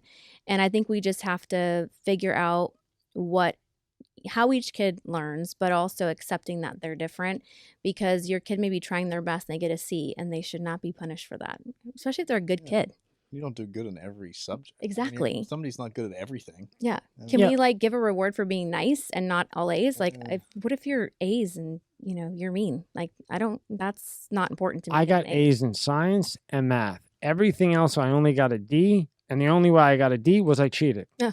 Because well, I did, because I had I'm one of those people that if I'm not interested in it, I'm done. That's it. Yeah. It's over. So if you said, hey, can you fix a lawnmower? Who do I call? Yeah. What? Hammer something, swing a hammer. That's why I think high school is a good point for that too, because what they should do is have, okay, you're going to need reading and math probably. General math. You don't have to go into trigonometry and shit like that. But general math, how to balance a checkbook, things like that. Investing money, maybe, if you'd like to learn that. And then have other things that kids could do in school. History. I hate to say it, all history teachers. Some people could give a shit about George Washington. Who cares? Right. I like history, but some kids are boring. I could give two craps. They took woodshop out of high school? Mm-hmm. Yep. That's crazy. Really? Yeah, they took woodshop out of that. Even art, they cut money from arts, and some kids, that's what they that's crazy to take that out. Yep, I know. And then if you let's say that you don't do well on the math state test, instead of getting an elective like PE or art, your elective is now intensive math, because you have to take your regular math and the intensive math.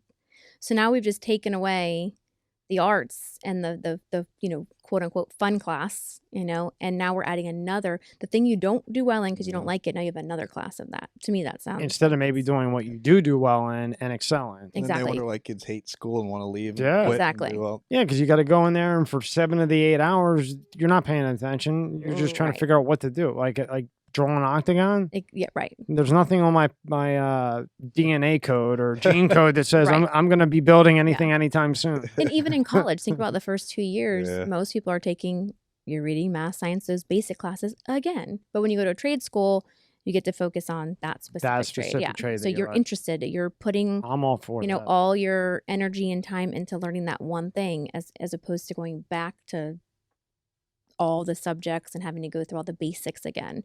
Really, in college, your 3rd and 4th year where you get specific with your major.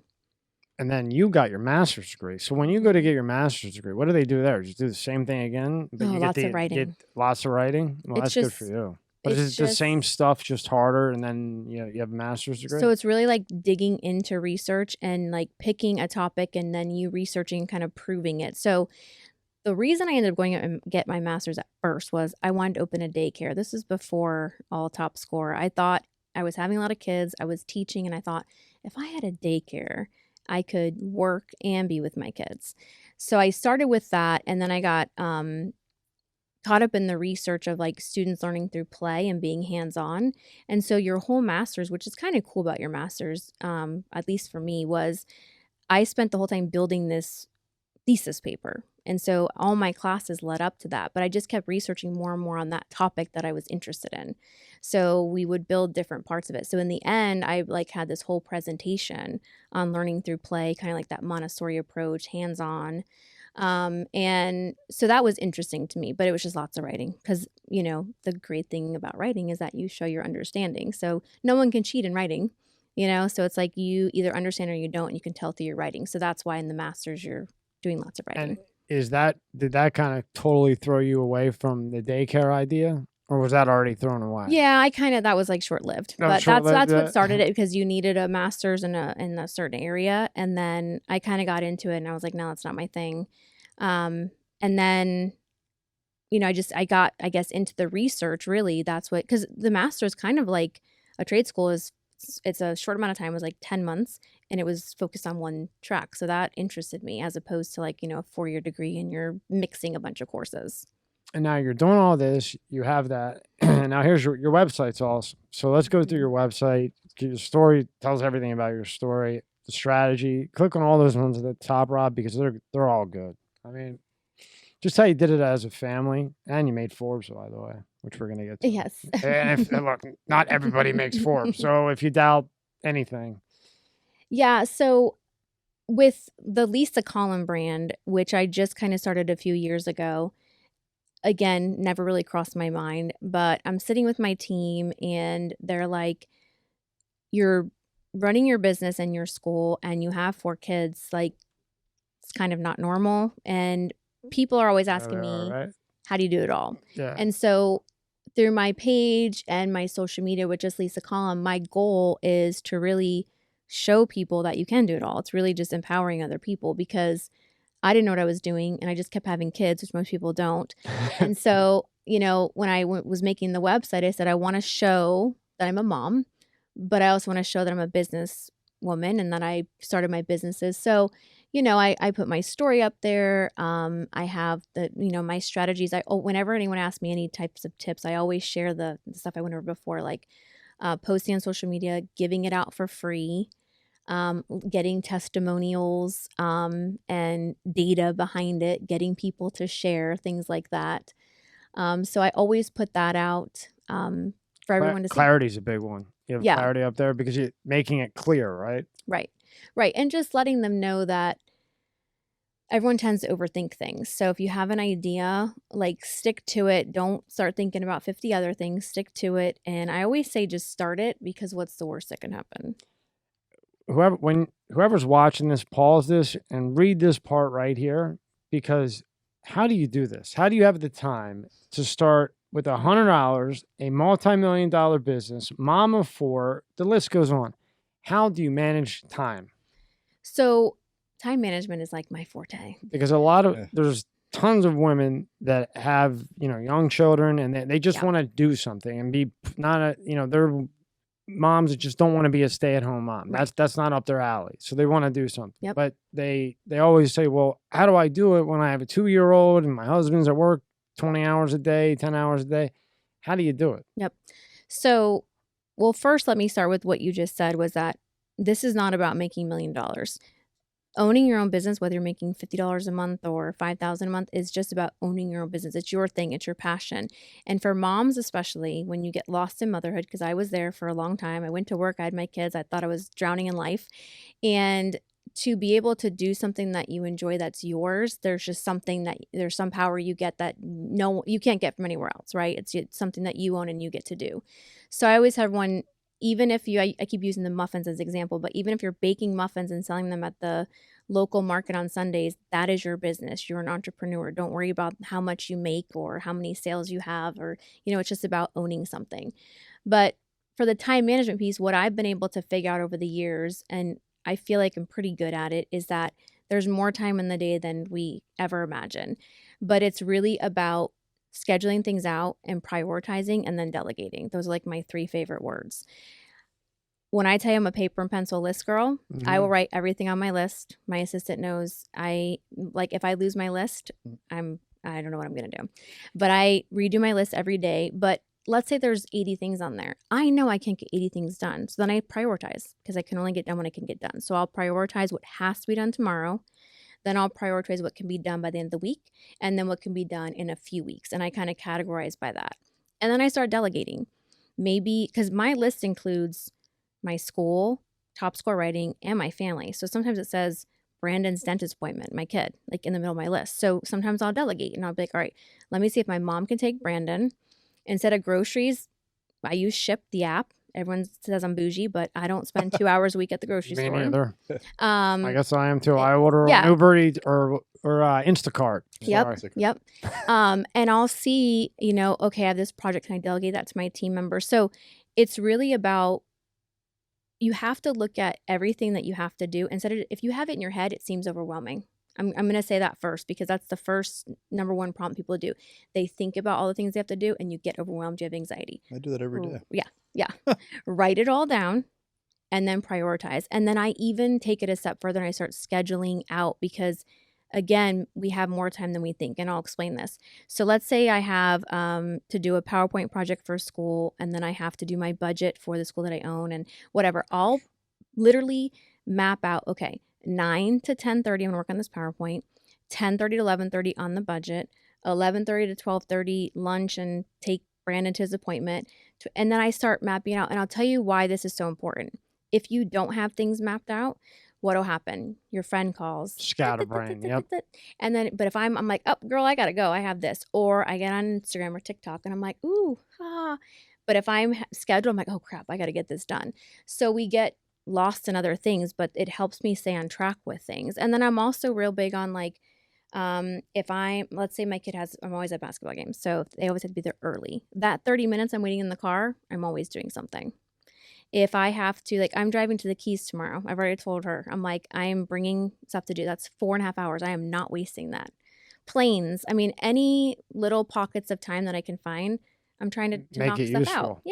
Yeah. So now, when you said, I'm going to do your PowerPoint from 9 to 10:30. Mm-hmm. How if you're not done at 10:30 with the PowerPoint, but it needs to be done? Yeah. But you have at 11 to 12:30, Mm-hmm. you have the next thing, and then at 12:30 you got to take your son. So what do you do if you don't finish that by 10:30? So that depends on the priority of it. So sometimes I'll be like, you know what, if it has to be done, then the next something's getting X'd. Or sometimes I just got to finish it up. It's not like you have to be done at 10:30. Maybe it goes till 10:50 and everything's shorted a little bit. But the idea is just to stay on some sort of schedule. So I'm drawing with this because I'm going to use your thing. I need to know. There are times it's off. There are times that I have to X things or I get behind. Today was a perfect example. I mean, I came home to get ready for this and I was in a hurricane of hot mess. I was like, what happened to today? I had 100 things and I got 2 done. See, I feel like that every day. Every day I feel like it's 3 a.m. I wake up at 9 and I feel like it's 3 a.m. before I know it. Every single day. Yeah. And I've tried writing it down or alarms. Yeah. But then, then I get yelled at for my alarm going off every 2 hours. There's Fucking something about writing it down crossing it off and too. checking that shit off. Yeah. Now, do you have a specific bedtime that you go to bed no matter what? No. Do you wake up at a certain time no matter what? So if I could sleep in every day till 9, I would. I am not that 5 o'clock, get up and work out and start my day at 5:30 type of entrepreneur. That is not me. It's summer. I probably sleep until 8 o'clock every day. During the school year, 6 o'clock done. Because I have kids. I have 4 that have to get to school. So I'm up. But my goal is like I'm a minimum 7-hour. I try to get 8 hours or I'm not nice the next day. And I make that well aware to everyone in my house. So I usually, like if I know I have to wake up at 6, I mean, during the school year, I usually only get like 6 or 7 hours. But it's not like I'm working till 2 a.m., wake up at 6. That's not it. I do. Everyone always says, do you sleep? Yes, I sleep. Like I try to go to bed by 11 or 12. But this is what always happens. I don't put my kids to bed at 7. I have from 6 years old to almost 17. So my last kid usually walks in around 10.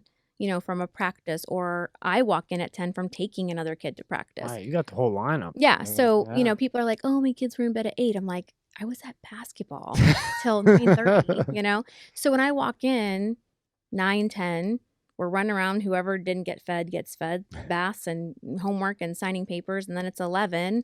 And then I'm taking a shower, getting ready. And then at like 11:45, then I get in bed. And my husband's like, do you want to watch a movie? I'm like, I forgot about him. Now I got to watch a TV show. So, it's got to be tough. It's a lot, but it's doable. I think that thankfully the way my brain works, I don't overthink things. I'm a very pretty easygoing person. And like I have a mini farm that I built a couple years ago, and everyone goes, why would you build a farm? You have 4 kids and 2 businesses. And I'm like, that's a perfect investment if you ask me. My thing that I wanted. Like I wanted animals. That's like people do yoga. I like working in my farm. But for me, I didn't overthink. I didn't go, oh, if I get this, am I going to have time in this and that? And it's just I did it and I with your figured it out. drive. If you micromanaged and overthought with your drive, can you imagine you be in the loony bin? Yes, you'd be at the place where they take your laces and your shoelaces and all that stuff. 100%, yeah. But I don't. I just let it.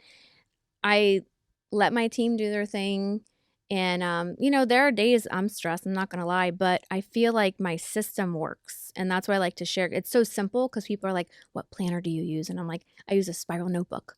With sticky notes. Like I don't get sold on the crap. Like I'm not gonna fall for you could do this and that, and I don't like I bet they're expecting you to say, "Well, I have my iPad 17 Pro and I have my Apple Watch and I have my ticker in my left pocket." And then when you say, "No, I just have a piece of paper and a pen." They want me to say I wake up at 5 and I make my bed. I do not make my bed. I don't make my bed. And that I do all these things that you're supposed to do. Now, I'm not knocking them, but what I always share with people is that you can't just go by what you read in books and what people say. Like everyone is different, and I can be a successful entrepreneur and sleep till 9 a.m. every day. Yeah, but books are fairy tales most of the time. Very true. Right. Very true. And that's it. And people get caught up in it and they think, okay, I read this book on the 5 top ways, so I have to do this, this, and this. And that may not work for you.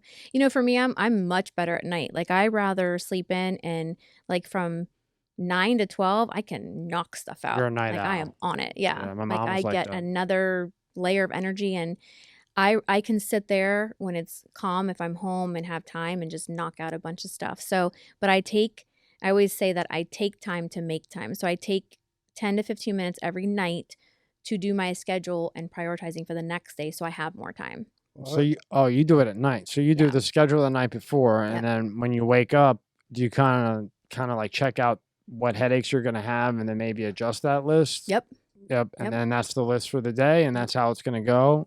And then what doesn't get done is looked at again that evening, and then you write the list. You wake up the next day. Every day. Calculate the headaches that you're going to have and what needs to be moved to deal with the headaches. Yep. I'll add like today. It was beautiful. I had a nice little list this morning.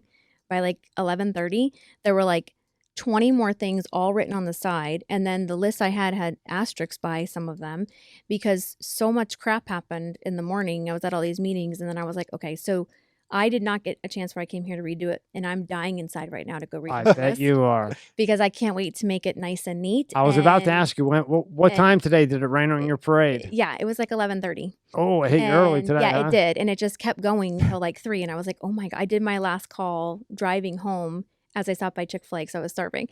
But, that's just, I think everyone has their own system, but I like sharing mine because kind of like what you said, I want people to know that it doesn't have to be fancy. You know, it can just be like, people joke, they're like, why don't you put it in your phone? I'm like, I don't know. I like paper and pencil for that. And I like to check things off and I like being able to add to it. And that just works for me. So If this helps you out, I like the newspaper. I like every morning with coffee in the newspaper and like old days, just, you know, go to like guys do, like every guy does. And he does math still, writing it down, no calculator. I'm like, oh gosh, what's wrong with he you? likes to work his brain. He's like, kids don't know anything. You use your phone, your calculator. They can't give you change right at the grocery store. He goes, the computer doesn't tell them what to give you. But one thing I was going to ask you for the time management thing, do you think a lot of people don't get things done too because of cell phones? Oh, hell. Oh, yeah. That's like a big, do you think that might be like one of the number one things why a lot of stuff doesn't get done? Yes. It's just like social media, it's a love-hate because I love that it's so accessible for everything. Like I can answer emails while I'm on a cruise. You know, I can literally like give important information to people or talk to my team, but at the same time it's a big distraction. So like when I want to sit down and focus on something, sometimes I gotta put my phone on another table because the minute I see it light up, it could be an important work thing. It could be a group text with the girls and I'm all caught in it. It could be my kids are always sending me TikToks. So I think that's a big part of it. And so I do so much on my phone, from ordering food to ordering ship to answering emails to setting reminders, that I feel like I'm always on it. So I think part of my list thing is to get away from that and have something different. So I'm not just another thing on my phone. Because I'll like start on a project and then like work emails are coming in and this person's texting me and that person's texting me and it's work related. So I'm like, shit, I got to answer this, but I don't. I think it's like your thing. When to do it? Could it get pushed back more? Do I have to respond to this person right now? Like, I don't. I never answer the phone. Like, everybody hates me. I never, because once you answer that phone, you're hooked. You just lost an hour. I'll text. I text. I'm a texter. You call me, I text you. You call, I text. Unless there's something really I need to do. Yeah. And then I text them back. And then that became a problem as, you know, things started to get weird. And now when I'm working, I turn off the notifications. So I don't even know. So then that way I'm lasered in on what I need to get done. Because during the day I do SEO, marketing, all this code. Like, not by nature, I'm a coder. So I code, you know, like crazy complex code. It's just whatever. So that's just super smart. Again, only with things I like. You know, so like I could code that entire page. Like I can very well, you know, but that's what I do during the day. And then I come here. So my problem is that's an all day thing. You know, because I have contracts, so I have all that pressure, then this pressure, then the research. So I always ask how people like you can do the schedule. But what's funny is we did I had an engineering firm before this, and we did the Italian restaurant at the Breakers. The column on the right was really bad. And when we went to redo it, the guy that I had, my structural engineer, was really old, because what I did was, you're going to laugh at this one. I went to Craigslist. Oh, boy. And I looked for older engineers that I thought probably just want to get the hell away from their wife. You know? Looking to get away from your wife. Yeah, just sick. And, you know, like a serial killer? Well, I was hoping they're not a serial killer. You know, I'm just thinking, you know. Craigslist, like, well, I was, but I was thinking, okay, 55, 56, he's got to be sick of dealing with that wife. You know, he's been retired for 10 years, you know, so I would pick all these guys like that. Well, I had gotten the guy who helped build Miami University, the structural engineer. Wow. Naya. I can never say his name. Naya. He was a beast. He was the only one that could fix that column at that Italian restaurant at the Breakers. The only one. They had 20 different engineering firms. And you know what he used? Pen, paper, and an octagon. Oh, boy. And the other engineers and the people at the Breakers were like, what is this guy from? How's he going to do this with an octagon? Back to the Future. Well, guess what? He did it. Yeah. He did it. Well, that's such a good point, because I always say, why does everyone try to make anything fancy? If it works, I don't care if it's old school or not. Let's just go back to what works. You know, even in education, I'm like, I preach repetition and practice all the time, and people are like, what are you talking about? I'm That's what works. What's what works with anything? That's what I said to him. Why are you guys trying to make it look fancy? I said, dude, why don't you use AutoCAD? You can have this in 2 seconds. He goes, I don't want somebody else doing my work. I want to do my work. I want to write how I'm going to build the column and how it's going to be done. I don't want that thing telling me how I'm going to do it. That's how he was with everything. And that guy could do, I mean. Random question, but do you think that like classroom sizes in public schools have just become, or maybe the school itself, just too large. Like, you know, when you have smaller class sizes, it seems like you learn better. It's like a family, like you talk about through school, but like some classes, 30 kids in a class. I mean, one teacher for 30 kids. That's nothing. They had like 40, 50 in high schools. Oh, wow. Oh, yeah. It's 100% the problem. It's a problem because there's a small amount of kids that do fine in that. They'll stand out, they'll answer questions, they won't get behind. But the rest of them are the ones that fall behind, fall in the cracks, as they say, because they don't get noticed. No one notices they had an F all semester, or they never talked or answered their question. And to the teacher's defense, you can't do 50 kids. It's a school district issue, and it's not getting any better. And our schools are just growing, and they're not adding any more. It's getting worse. Yeah. It's a bad situation because for most kids, it's not even about being smart. You're in a class with 50 kids. That's a lot. There's a lot going on. Some kids have anxiety. Some kids don't want to speak up. Can you imagine if you were struggling with someone and you thought the whole class had it? You wouldn't raise your hand. Right. You know, you're just going to sit in the back, maybe act up to get kicked out because you don't want to have to answer. That's what I would do. Yeah. So, yeah, I think that's definitely the my problem. buddy teaches back in PA, and he's got a class of, I think it's probably like 35 or 40. And kids will put their head, like they'll literally walk in the classroom. They don't want to be there. Put their head down. They're done. Yep. But the only fucked up thing I think is and this is this school district up in PA, he has to pass them. It's part of their whatever through the district. He cannot fail. The kid could put his head down from the day one of school to the end of the class, fail every test. He has to pass the kid to the next grade. Have you ever heard of anything so crazy? Yeah. How is that? Has to. Well, the reason that is because if you hold back a kid, it hurts the school's grade. So the school loses points. So I'll give you an example. My third. Is points money? Yes. No. And grade. Okay. All right. There you so go.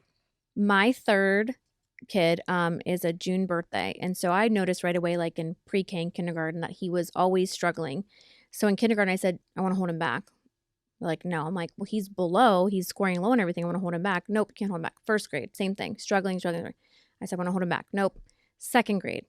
Can we please? No. We'll know by 5th, 6th grade. I'm not holding him back in middle school.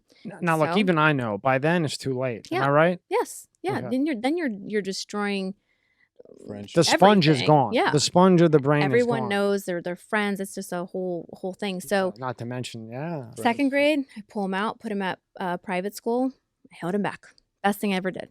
Good for you. And so, but I know education, so I knew what to do. Most people don't, and they're just pushing their kids along. And like you just said, they will not hold them back. No way. Even if you fail everything, you can go to the summer program and get moved along. So you've got all these kids in high school that are dropping out because they can't read and do basic math because they got pushed along. Like, how do you get to high school and you don't know basic multiplication? They come to my school 7 times 5. Like, we know 5s, right? I mean, that's pretty easy. And they're looking at me like 7 times 5, 35. And I'm like, yeah, and they're lost, you know, like it's like, I'm like, wait, how did you get all the way here? Just pushed along. But yeah, that's pretty much an unwritten rule. You do not hold back. And if you do that, then how does anything innovate? How does anything get better? How do we excel what? You don't even help the kid. The kid's just, you don't care. Just go. No, there's so much paperwork too. And then the trophy bullshit. Everybody gets a trophy. Yeah. No. Who the hell? No, my famous mom line is life's not fair. So that trophy thing drives me nuts. Yeah. Absolutely, positively nuts. Yeah. What are your feelings on like homeschooling? What do you think about that? I think homeschool is great if you do it the right way. So I taught, when I was teaching online for those few years, I taught virtual school. So the kids were basically homeschooled. They went on to a program online. I talked to them once a month, graded their stuff, but they were online. So we would have field trips once a month where, like, I wouldn't as a teacher lead the field trip, but let's say the field trip was at the zoo. I'd go to the zoo, the kids would come with their families. And there were a lot of kids that did not like have any social skills. It was like bizarre. To me, that's a disservice to the kid. But I know a lot of families, like the pastors at my church, all homeschool. They're very active kids. They're in different homeschool groups. They play multiple sports on the football team. To me, if you're going to homeschool, you got to do it that way. You have to remember the socialization part.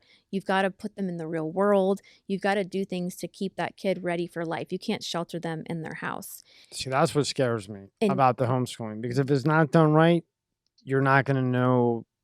I would be afraid that that child, not wanting to would end up, on drugs or some type of an addiction because you come out and you have no social skills. Right. What are you going to do? Right. And most kids don't want that life of being trapped in the house. So it's also going to do something emotionally and mentally to them when they're in their house all day. Like, think about during quarantine.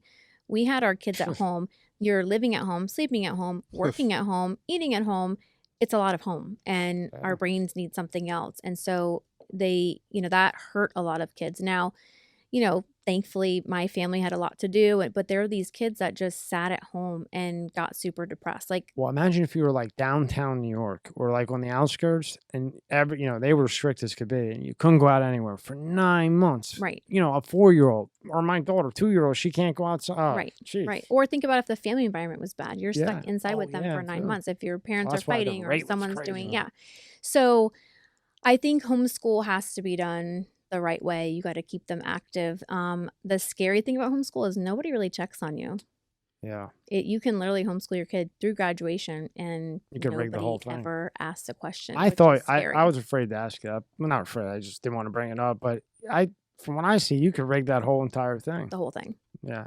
I like what you got I like what you got going on. Thank you. So now here, if somebody wants to book Lisa, so I book Lisa. Mm-hmm. Okay. What do I get? So it depends. I mean, I like to make it tailored to what they need. So it just depends. I do a lot of speaking. Like I was just having a conversation with someone today that was speaking at their event in November. So I like to have a conversation first before we, actually book of what they're looking for. Make sure that I'm able to speak on it. Make sure it's what they're looking for. Very cool. I wanted to see if you would say that. Yeah, because I don't want to be in a situation where I'm like, none of them are talking about what I'm talking about. I don't need to be like at a tech conference or something. I'm not going to know what to say. Yeah. I also want to make sure that for instance, I can speak on starting a business, but I can also speak on being a mom and running a business. So if this isn't like a mom thing, I don't want to like talk about mom to a bunch of men, So I have that conversation, and then it's just about what they're looking for. Speaking, it could be speaking to teachers. It could be, I also want to know my audience. Things like that. So, and then there are times that people just want to talk about starting a business, like just want a hour call of, I have this idea, what's my first steps be, just want guidance. And I love doing that because I didn't have that. And it took me a long time. I feel like I could have done it in a very short amount of time, but it took me a long time because I was learning along the way.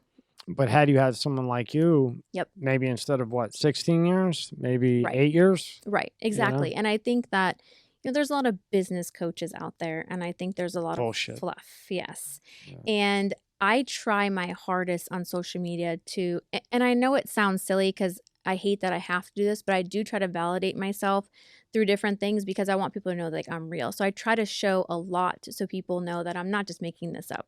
So I show a lot of my life. I show if I'm in an article, I show my behind the scenes. I want people to know it's not just a front, I'm actually doing this. So if they do trust me to have those conversations with, because I've been at speaking events where every single speaker is blah, blah, blah, blah, blah about business, and none of them have been anywhere near $1 million or having a successful business. We know a few of them, huh, Rob? Yeah. Yeah. And listen, they put on a good show. I had them in. They put on such a good show. Yeah. I mean, I did an interview with Business Insider maybe 3 months ago. Thank you. It was a big interview. It was the most intense interview because they would not publish until I proved everything. I had to submit 3 years of tax returns. I had to go find the scores of the writing from 100% from way back. I had to get my principal to show that I got that from 15 years ago. I had to show everything that they were saying before. It took probably 4 months to get printed because they fact check everything. And they told me it's because everyone's lying. She's literally everyone's making up that they make this much or that they're doing this. So we fact check everything now. Well, that's a good thing. It was great. Yeah. And it was, wonderfully produced, and it was great. But it was the first time because, I do a lot of interview stuff, but Business Insider is pretty big. So it was a process, but it was nice to know that they're checking everything and not just putting anything out there that people are just saying. Now, how does one get onto Forbes? Business Insider, okay, great. We're on Forbes. Yeah, I do a lot with Forbes. I contribute with them on a lot of articles, and then I made the next 1,000 they did this big next 1,000 entrepreneurs. I filled out the application not thinking anything because it came across. I thought, I'm not going to get that. And then I got this huge plaque from them. Now I'm in their cool group. And Congratulations. Thank you. To So you and your family, because there was a family thing that got you here. Yeah. So I was like, whoa, that was crazy. What'd your husband say when he saw Forbes? He had to be bragging. Yeah. He had to take like, that to the bank. I'd be taking that to the bank. dog. Take that That's to the my bank, dog. brother. Yeah. It was my idea. Right. He brings everyone in my office, look at that plaque. Yeah. Yeah. Me. Yeah. Me. Right. When you're not looking, me. Right. That's what I'd be doing. Yeah. He's like, that's what he says. I edited all those. Yeah. But so, it's things like that. I'm shouting out for you, buddy. I keep bringing them up for him. That's true. I think that bro code. It's yeah, you guys are about bro code here. He'll love that. But it's little things like this that I guess for me, just because I still, although I know I've done things, it's kind of just an extra, like, yes, you've done it. Like you've been successful. When you're on Forbes, you're validated. Yeah. Business Insider, that's high up too. Yeah. But guys on the outside like me, and I don't know how women think, and I'm not even going to try to. Yeah. But guys, right, you see Forbes, Yeah. I mean, Forbes is not putting just any Joe Schmo in there. And Forbes has been pretty cool because, like, if they're doing an article on, I don't know, nine tips for people starting with marketing, like they'll reach out and I'll give one of the tips and they'll publish that. So I've done a lot with that too, trying to get like different entrepreneurs to give advice. So initially, did Forbes reach out to you? Did you just get a call out of nowhere? I think the Forbes is huge. Yeah. So I actually ended up, I was like in this young entrepreneur group, and we did where you could all like submit answers. So like there was thousands of people that submitted answers, and my answer got picked for one of them as like the top 5 things you should do when starting a business. And then from there, they just kept reaching out if they have different things. Once again, goes back to the base. You kept pushing and pushing and pushing and didn't give up, and then tried and just making yourself known no matter how many times. Yeah. Oh, and you did it all yourself. Yeah. Add that one to the bank. Availability. Nicoleus Machiavelli. You ever read that book? No. The Prince. I had 2 guys in a row that did. It's a great book. Okay. Nicoleus Machiavelli. Okay. It's called The Prince. Actually, you might not want to. Maybe not for you. Now I'm going to want to read it. Now I'm going to want to know. Yeah. So, it's kind of what you just said. I like try for so many things. Like I'll apply for different opportunities to write in, articles or interviews, awards, and I don't get a lot of it. And I've just realized over time that that's just part of it, right? So when I do win, that's exciting. So, but I don't ever take it as like, oh, I lost. In the beginning I did, but I've learned over the years that this is just all part of the process. And you just try, Yeah. all you, boom, Yeah. boom, boom. And now you want to take this nationwide, right?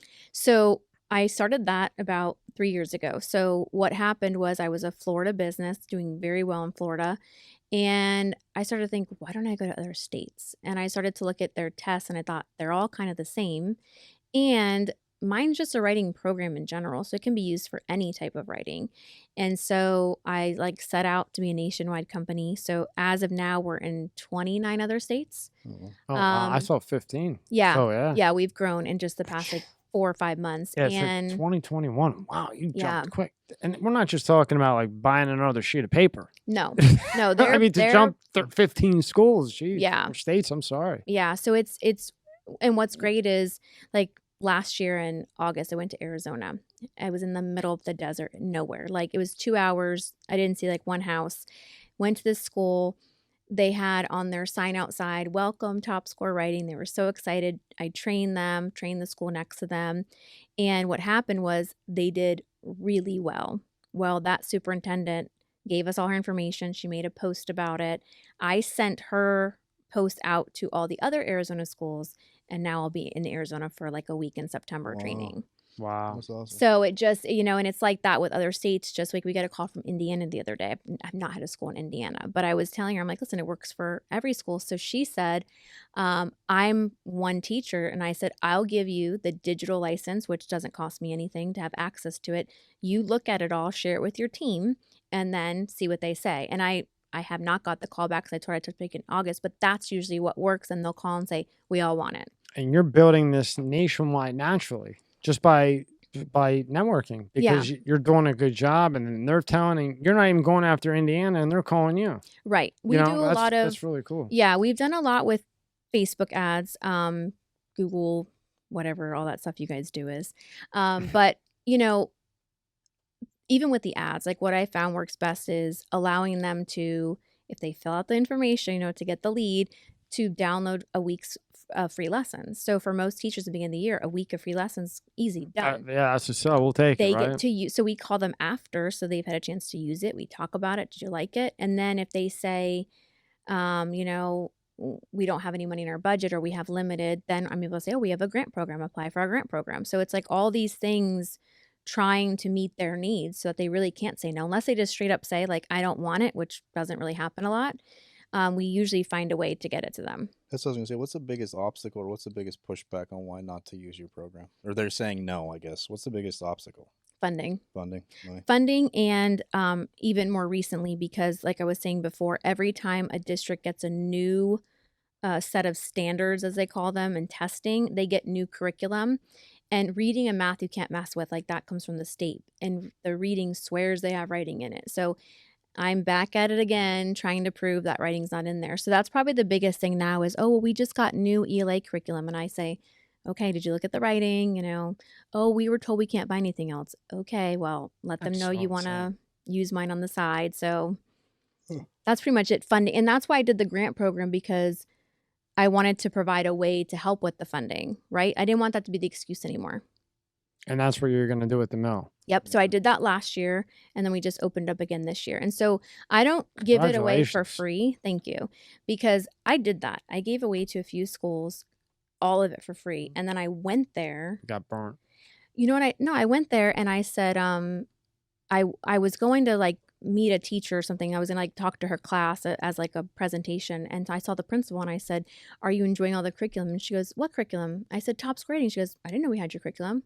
So I feel like when they get it for free, they just kind of take it. They don't take it seriously. But if they have to put any money towards it, they're on it because they spent money. So I don't care if you tell me you have $500, I'll make a way to make it work, but you got to pay something. Right. Because even a dollar, exactly, it's a dollar. It counts as something and people look at it different. I forget when I've been through that, but with like any successful business or thing, you're always going to have people out there that are like hating or saying negative things. Oh boy, yeah. I'm sure a lot. Tommy hates the comments on YouTube. He turns those off. If I could, I'd turn them all off. But I would turn them. I want to turn them off. I think it's so stupid. But what's some of the stuff that like those people say? Like, oh, this is a stupid program, or like, what is like some of the, you know what I mean? Like, what are some of those things? I hold them all. Yeah, I mean, so I get a lot of people that have no lives and find a mistake and take a picture and put it on and say, how can someone who owns a writing company make this error? I was on Good Morning America during COVID, during quarantine, and congratulations. Thank you. And it aired. I was in a hotel room. I watched it, and within 30 seconds when it went off, I got a message on my lisacollumceo page.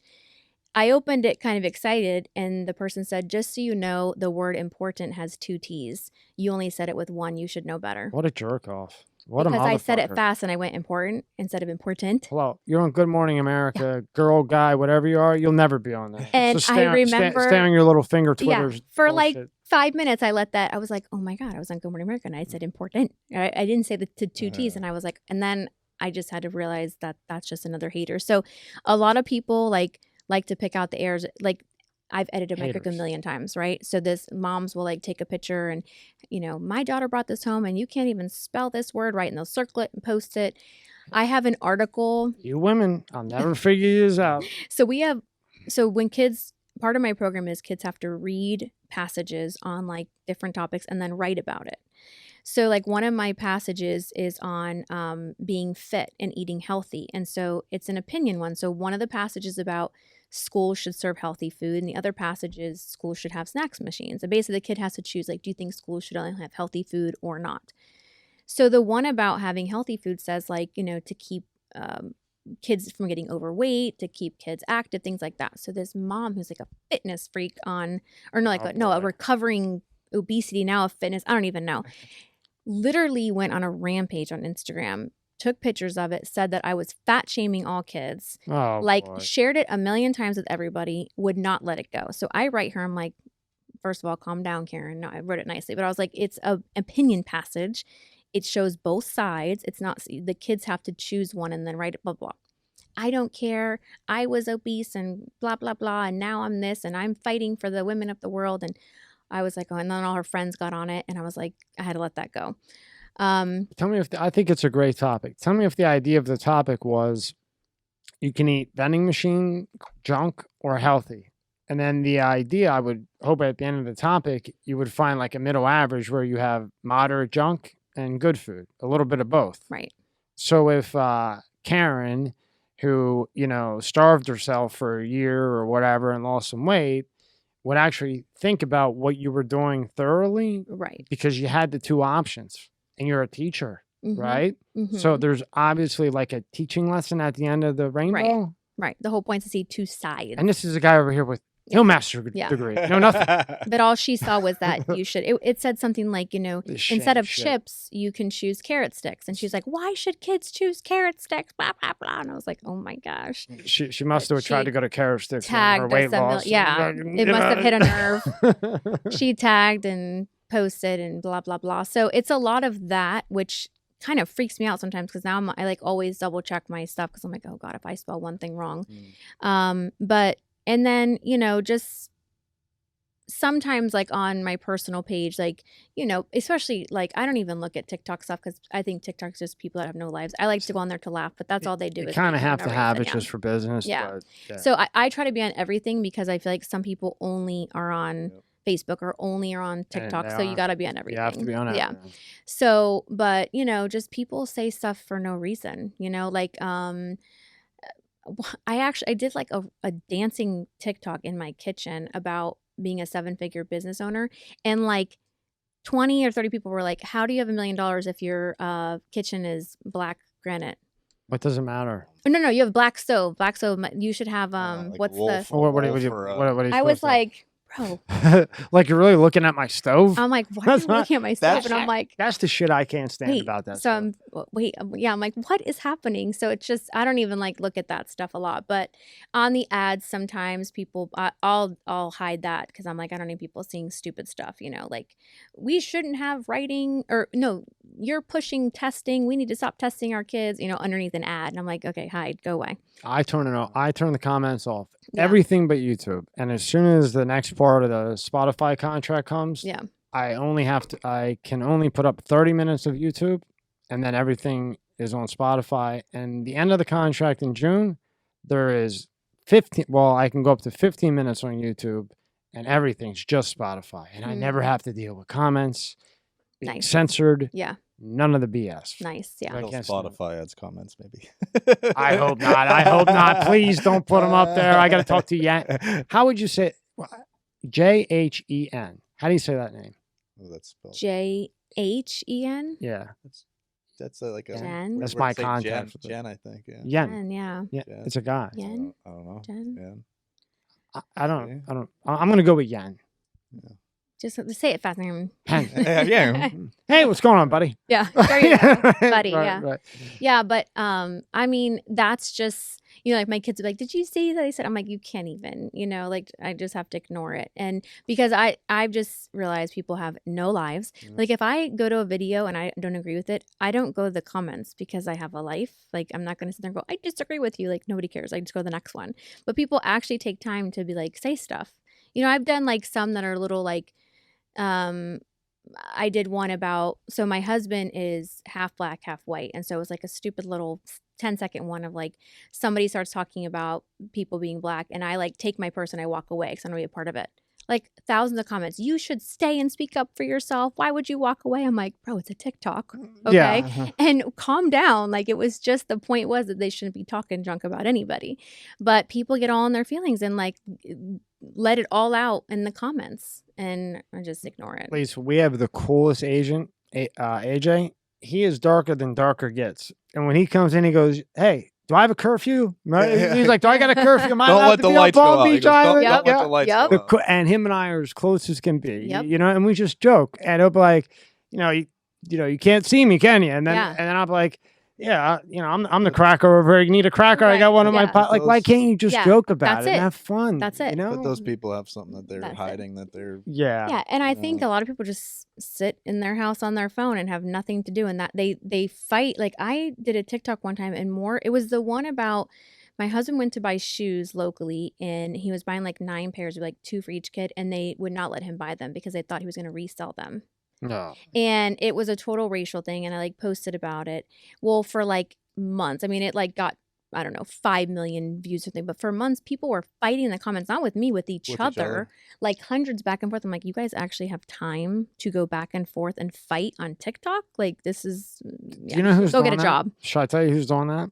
It's the guy. Okay, and the nut huggers with the Hanes, with the yellow, you'll agree with me.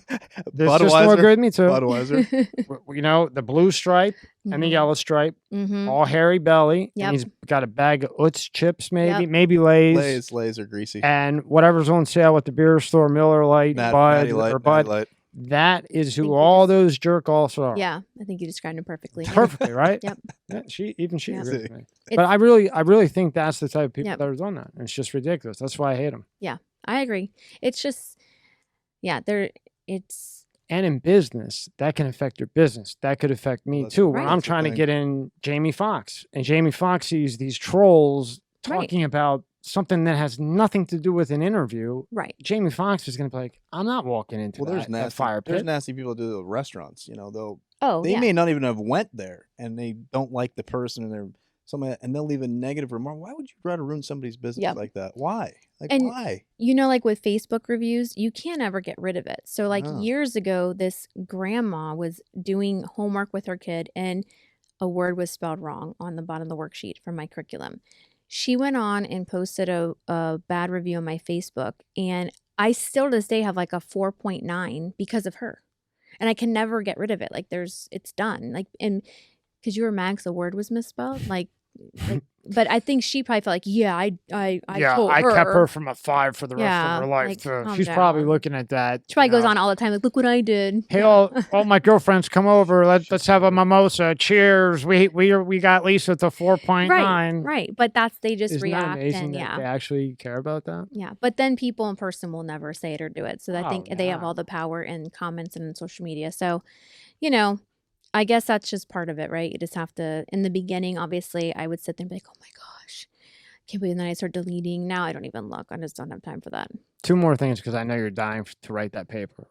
I know. I can feel it. Okay. Now, do you think that the way you do things will somehow fit into this metaverse thing? It might have to. Because as this technology evolves at a rapid pace, I don't think you're going to see Zoom anymore. I think put on your headset, and I think it's all going to go to stuff like that. Could you see yourself transitioning into that lane? You're always, like with the sporting events and stuff like that, I want to go there in person, but that's me personally. Right.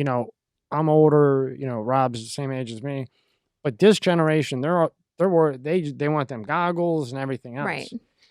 So me, I want to be at the concert. Right. I want to see it. Yeah, but even if I don't have the front row. But if I could sit courtside for $50 and put that on, I'm sitting courtside with that on my face for $50. Yeah, but you'd rather go there and see it in person if you could. Yeah, correct. Yeah.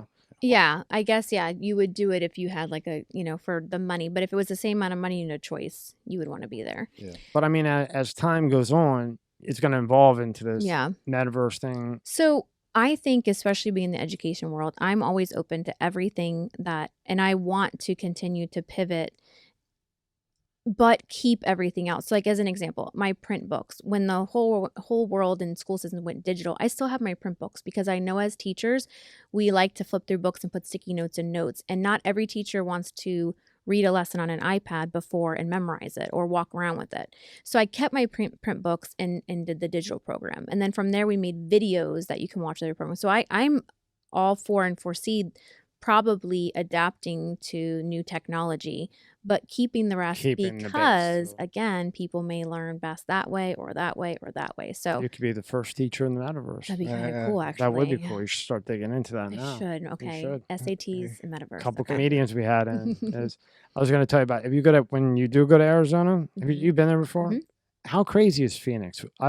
We went to see when Kobe was playing. I had every game. We had floor seats if it was in the area. Yeah. I was a big Kobe fan.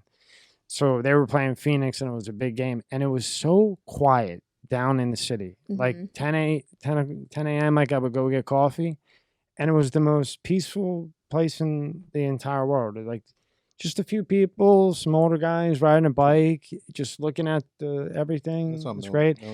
Then I have floor seats, spent a ton, and Kobe, and he never missed games. He missed it? So all the way out there to watch him. Yep. And it was the one, he never missed. I don't know if you, well, yeah, you know basketball. Your son will tell you, Kobe never missed games, ever. And of course, this one that I went all the way to Arizona to when I didn't have time because I had all kinds of things going on, he didn't play, but he still sat there. Okay. He was right there. I was trying to see what kind of suit he had. You're right. That was pretty close. Yeah. So I flew into Phoenix. I think it was Balenciaga. Fancy. The schools were like I said, way out. And so usually when I go to travel for schools, I fly in, drive out, spend my days at the schools, then come back. So I did not even get time in the city. I was kind of just mesmerized by just Arizona in general because I'm a Florida girl, like born and raised. So I was like, whoa, this is the desert. Him and I are Pennsylvania and here. So when I went there at the time, all I knew was Pennsylvania. And it was like the rocks and shit. When you're driving, it's like, wow, same. you feel like you're like in like a different planet. That's on the list. Millie wants to go there really bad. It's a cool place. Yeah. But that heat is dry heat. Yeah. Now, as you were talking about how you promote your Instagram and how that's an important part too, because you show your life that makes you more real, right? Right. So, and everything's on your Instagram that you could want, your website, top score writing, everything. So go through it. Yeah. So my Instagram, I've been building probably like 6 years now. It was one of those things, you know, if you're not like a social media person, which in the beginning I wasn't, it's hard to always post about yourself and your life. And, you know, we all post on Facebook just like for personal stuff, but I looked at it as I'm trying to build something here. Like this is another business for me. You know, I'm not posting TikToks because I'm bored. I'm posting TikToks because I get paid for every reel that I post. You know, I earn money on it. People are going to my Instagram, finding me and asking me to speak because of that. So for me, it's just another outlet. But for a lot of people, like a lot of people say, how do you do that? How do you just dance on TikTok or you know, on Instagram? And I'm like, I just don't care anymore. And I said, about me, it's just a business. So I try to make it funny, but I also try to keep it very motivational, empowering, because that's the whole point of it. So everyone will go, your husband's never on there. I have put him on more, but I'm like, first of all, he does not want to be on camera ever. But this isn't about that. Like there are times I talk about, you know, my husband, but for the most, it's just about women and women empowerment and just showing. Like I have a thing. I think if you go down a little bit from look on the left, last Sunday, it's me and the farm. Like I literally was like, just showing on a Saturday morning. Weird. I feel like a weirdo doing Yes, that. it is. Did you feel like it kind of weird, 100%. Like posting about my life, like I'm doing this podcast, whatever thing, and now like, oh, I'm at Drive Shack or something. Like to me, it's stupid. We just literally, when we were walking up, I said, "You got a video of me walking in," and I'm like, God, please don't let anyone be around. It's so awkward, but that's. Again, I'm looking at it as a business thing. So like this whole experience will be a reel on here. And it's just showing that that's another piece of what I do. And I tell everyone, I don't agree with it, but I'm telling them that social media validates your business. So like for Top Score Writing, I have a whole team that keeps my Instagram, my Facebook, my LinkedIn, my Twitter, because when people hear about Top Score Writing, they're probably going to go to your social media before your website, or they'll go to both. And if they go on your social media and you're not active, I think you're out of business, right? Yep. If you didn't post, I'm like, you are not even in business when you probably are. But social media allows us just to see like what other people are saying. If you're, you know, a busy visitor, like popular, or what you're able to offer. So it's weird going to a personal brand because you're offering you. That's what I'm, right? Yeah. But you just, honestly, got to do it. For like 2 years, it was super awkward and I did not post a lot. And then I started looking at other people that were like faking their whole life on there. And they were not. And I was like, whoa, I've done like 50,000 times more than you. Like, what is happening? And I was like, no, I don't give a crap. I'm posting whatever I want. So I just don't care anymore. To be honest. I gotta get like that because I post on all of them, but just like the thumbnail. But I told you. He told me. I'll post a clip, and then point. I'll code it to point it to Spotify or whatever. But never just like me walking down. So like you said, I feel it's weird. But I'll tell you what. Like I know it works. My VP always he's always pushed. I mean, I would have been doing this 10 years ago if I would listen to him. But he always said, people are buying because the product's good, but they're falling in love with your story. It's you that they're connecting with and relating with. And so when I want to speak as Lisa Collum or do an event as Lisa Collum, like it's because they've seen this. Like they're relating to me. Like I get messages all the time, like, oh my gosh, I can't believe you have 4 kids and you have a farm. Like that's like my dream. And they're like, I think I should get an animal. And people it's like stupid stuff. But if even starting a business, like when I have conversations and I'm like, go back to the beginning of my Instagram. Like I was, in the very beginning stages, not doing much. And you can see how I grew. You know what? Now that you say that, if I wouldn't have known that you had 4 kids and did all this, it wouldn't be nearly as interesting. It's not interesting, and right? Had you not showed part of your life, I wouldn't know. Right. People want to work with people too. You want to work with a person. Okay, are you AJ now too? Yeah, human being. Come on, okay, man. AJ Rob. Yeah, you gotta get people to like you. Because if you're doing these numbers, then they like you. Then but it's just I feel like a real weirdo. But it's a business and you're making money, so it is what it is.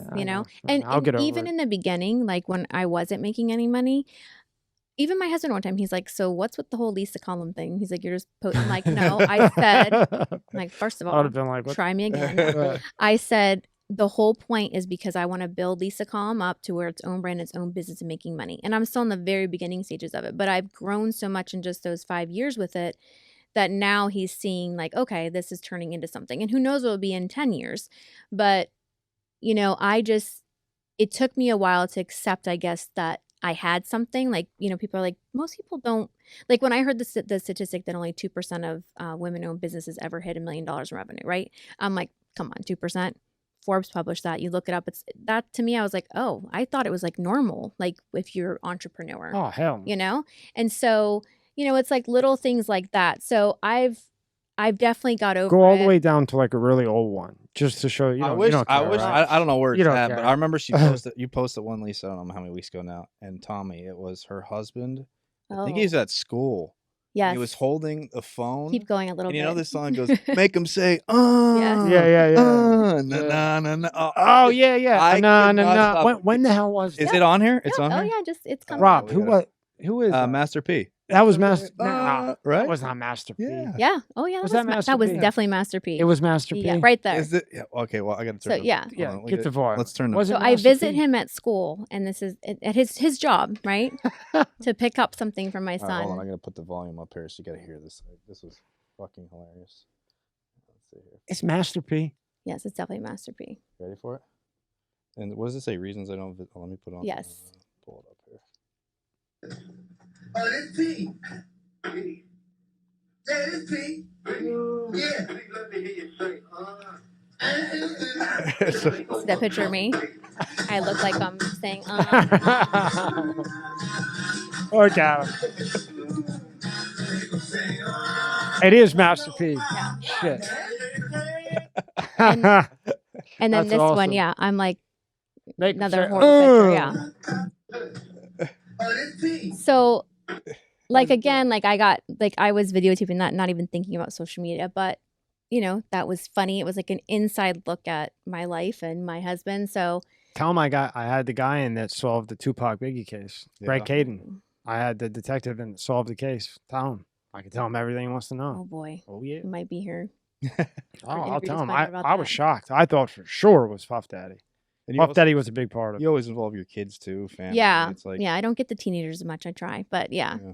So it's like a mix because everyone's like, oh, you got to like focus on one thing, but for me, it's just all about my whole big thing is the 4 kids and running a business. So I try to show everything. A lot of diversity, right? Yep. Go all the way down, all the way boy. down. Just Oh, man, there's good, a not lot. all the way down. Or I don't know how long. I was going to say it's very long. Yeah, We'll be here for a few days. I was just trying to show like the extreme. Still going. We're You'll this is see just yesterday. too, like, yeah, I know. That like over time too, like I started figuring out, like, I'm real big on trends. So I follow other people, and when I see it's working with them, I do it. And I always tell people, I'm like, you're not copying them, but you're seeing what works. So I have like 3 other women that are very successful, and I'll watch. Like, I watched reels, and I watched how successful this one lady who had been posting forever did nothing but reels for a month, and she grew crazy. And I was like, okay, great, reels work. We're doing reels, so I can dance all day long in front of it. I did the same. Joe Rogan, I watch them all. Now I don't watch him like all the time to watch him. I used to box, so I watch him like if I was gonna box, I watch Joe like tape. He's the GOAT. He's number one. Yeah, 11 million streams on Spotify. You know how hard that? I mean, that's crazy hard. Right. That would be like Mr. Beast on YouTube with his 200 million views per.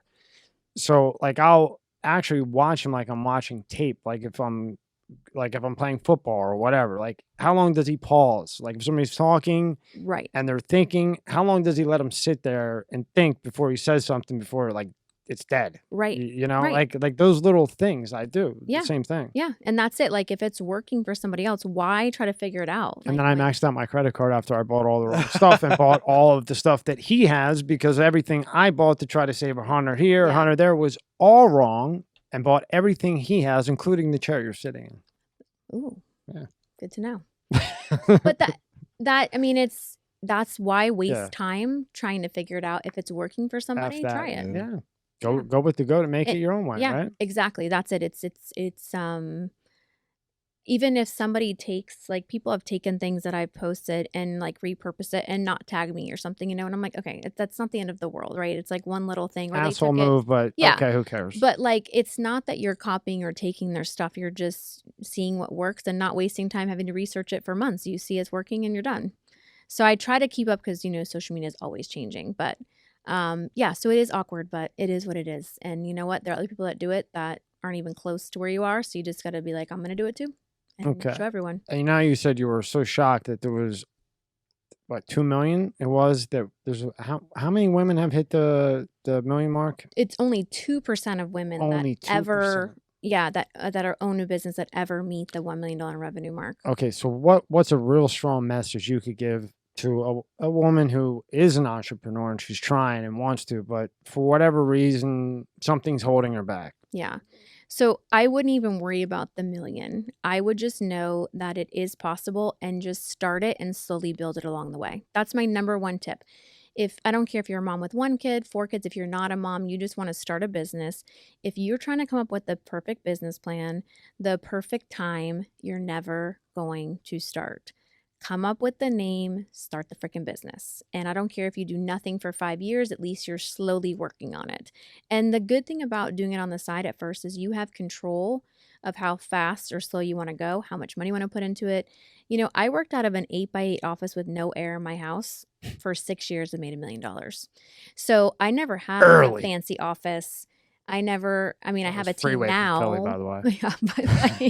Yeah, but you know, so it's we don't need to make it look good for everyone else. So don't worry about all that stuff. You know, you don't need to go show your friends your fancy sign outside your office that you pay $5,000 a month for. No one cares. And now you can't pay your rent? Yeah, if you can do it in your closet, do it in your closet with a laptop popped open and don't worry about it. So I think that's my biggest thing is start it, work on it, and just know that, you know, you can't worry about, am I going to have time for my kids? Am I going to have enough time for my husband? Am I going to be able to do this? What if I fail? What if you fail? You fail. You start something else. It's not a big deal.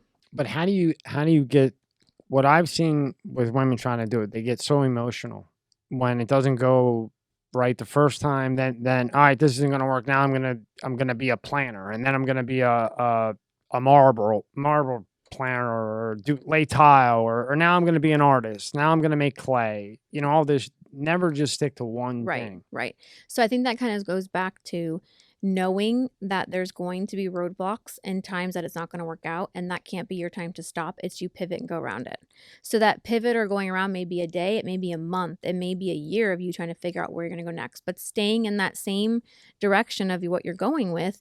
But just, I think if you go into it knowing it, it's less of a big deal, right? It's not like, oh my God, what's happening? It's okay, this is one of those roadblocks she's telling me about, and just finding a way to pivot around it. Because and if you're not ready, then wait, right? yeah, and knowing that it could take a long time, and that's okay. Like people, I always remind people, oh, you're so lucky you have, I'm like, I'm 11 years in. Like I did not do this in the beginning. Like this took a long time to build.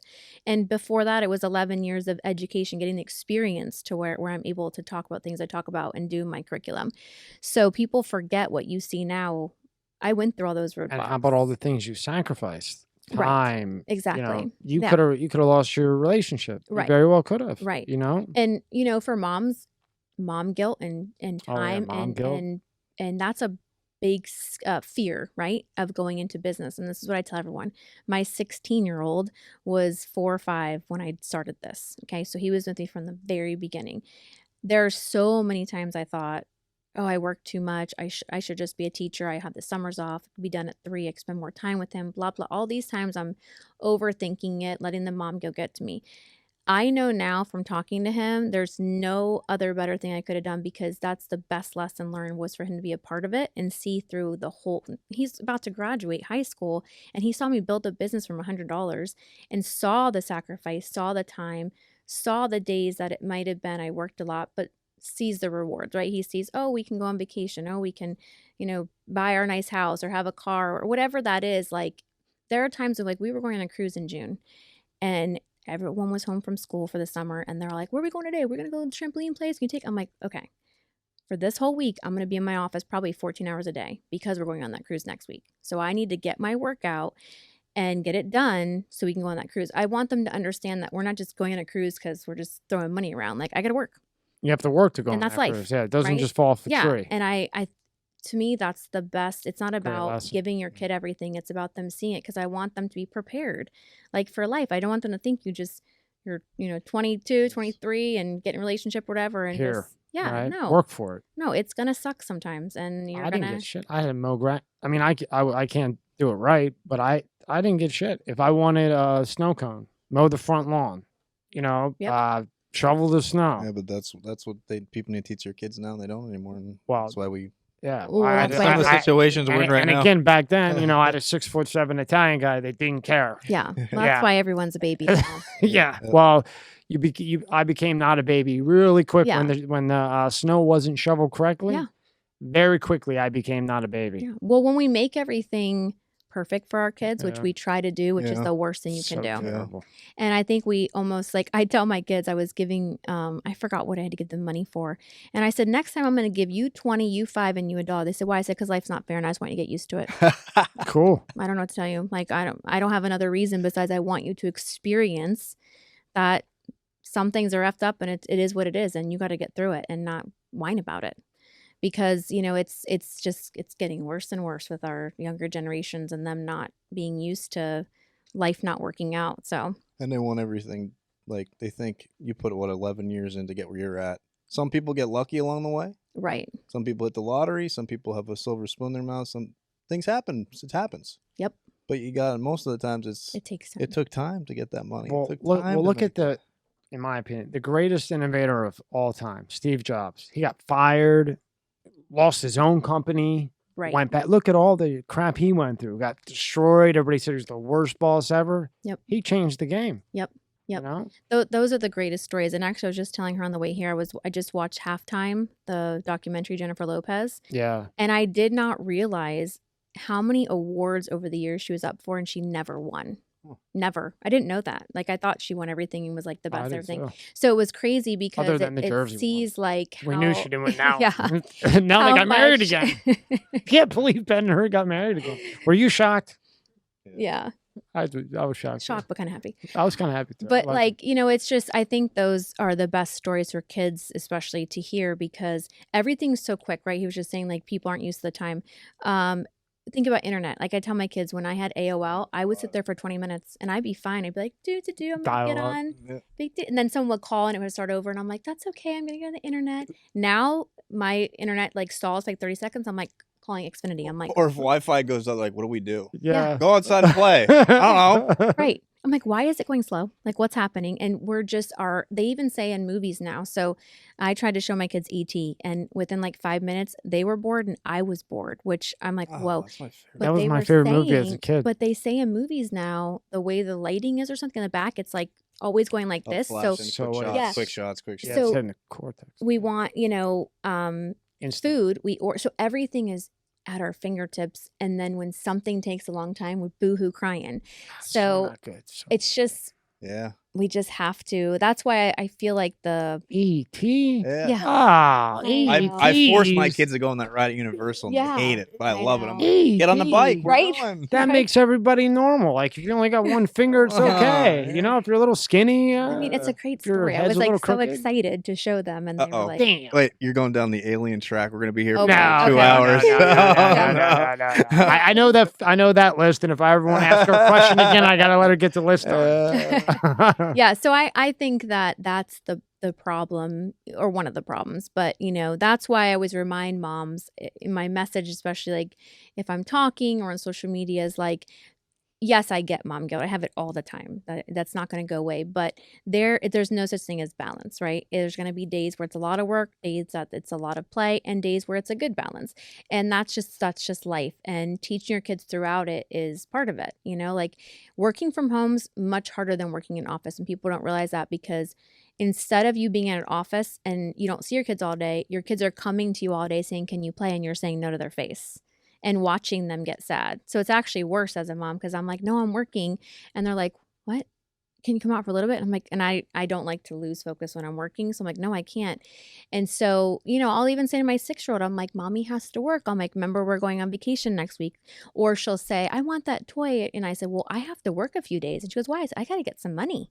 Because I'm just trying to teach them that, it just doesn't come tomorrow. Because when they're around their friends and everybody else nowadays, it's here. That's it. It doesn't work like that. So yeah, there's very few of us left. So you better get this thing nationwide and get rid of the SATs and this. Yes. And then whenever you have a lot time of work to do after come back, because I got a lot more questions. I got opinion questions. Whenever you have time, just don't like other shit. Of course. Yeah. No, I'm always up for it. Let's go through Lisa's 2 websites again, just so everybody sees. Everything will be in the description, and anything you want to add, just text me or email me and let me know. Perfect. So we'll go through this again. And if somebody wants, you can get a quote, everything. Yep. So this is curriculum. And if you homeschool your child, you can also get homeschool curriculum on there as well. Or just sample free information for teachers in general. So if you are a teacher or know a teacher, it's a great place for them to go to get free resources as well. And then we have your site. Yep, this is my site. Your school have a writing curriculum that provides day-to-day lessons. I think Top School Writing is playing a video. Oh, okay. Top School Writing offers the only curriculum that gives you everything you need to teach writing through. Well, at least I know my video works. Well, we know it works. Well, that's a plus, right? Yeah. So yeah, this would be a place for obviously any business stuff. There's some free strategy packet on starting a business, and then if you want to consult or do any speaking stuff with me. And what do you have in the blog?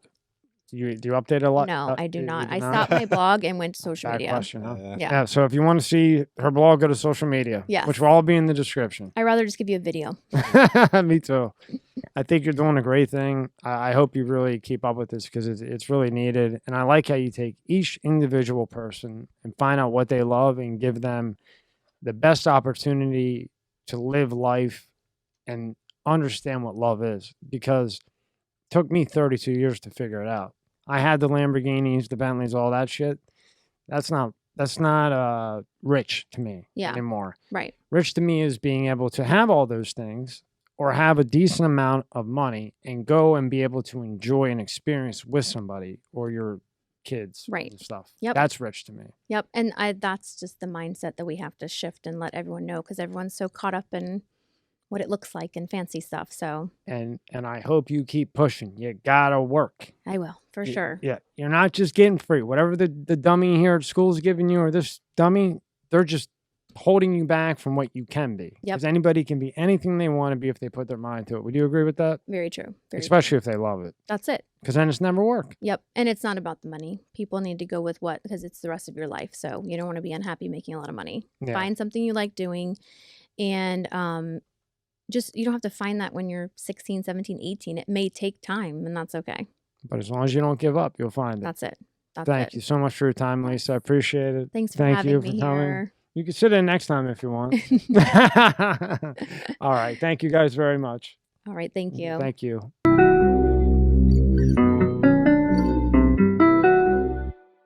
If you have never watched a video feed podcast on Spotify before, a settings pop-up box will pop up. Tap on settings, turn data saver off, go back to the episode, hit play. You'll never have to do this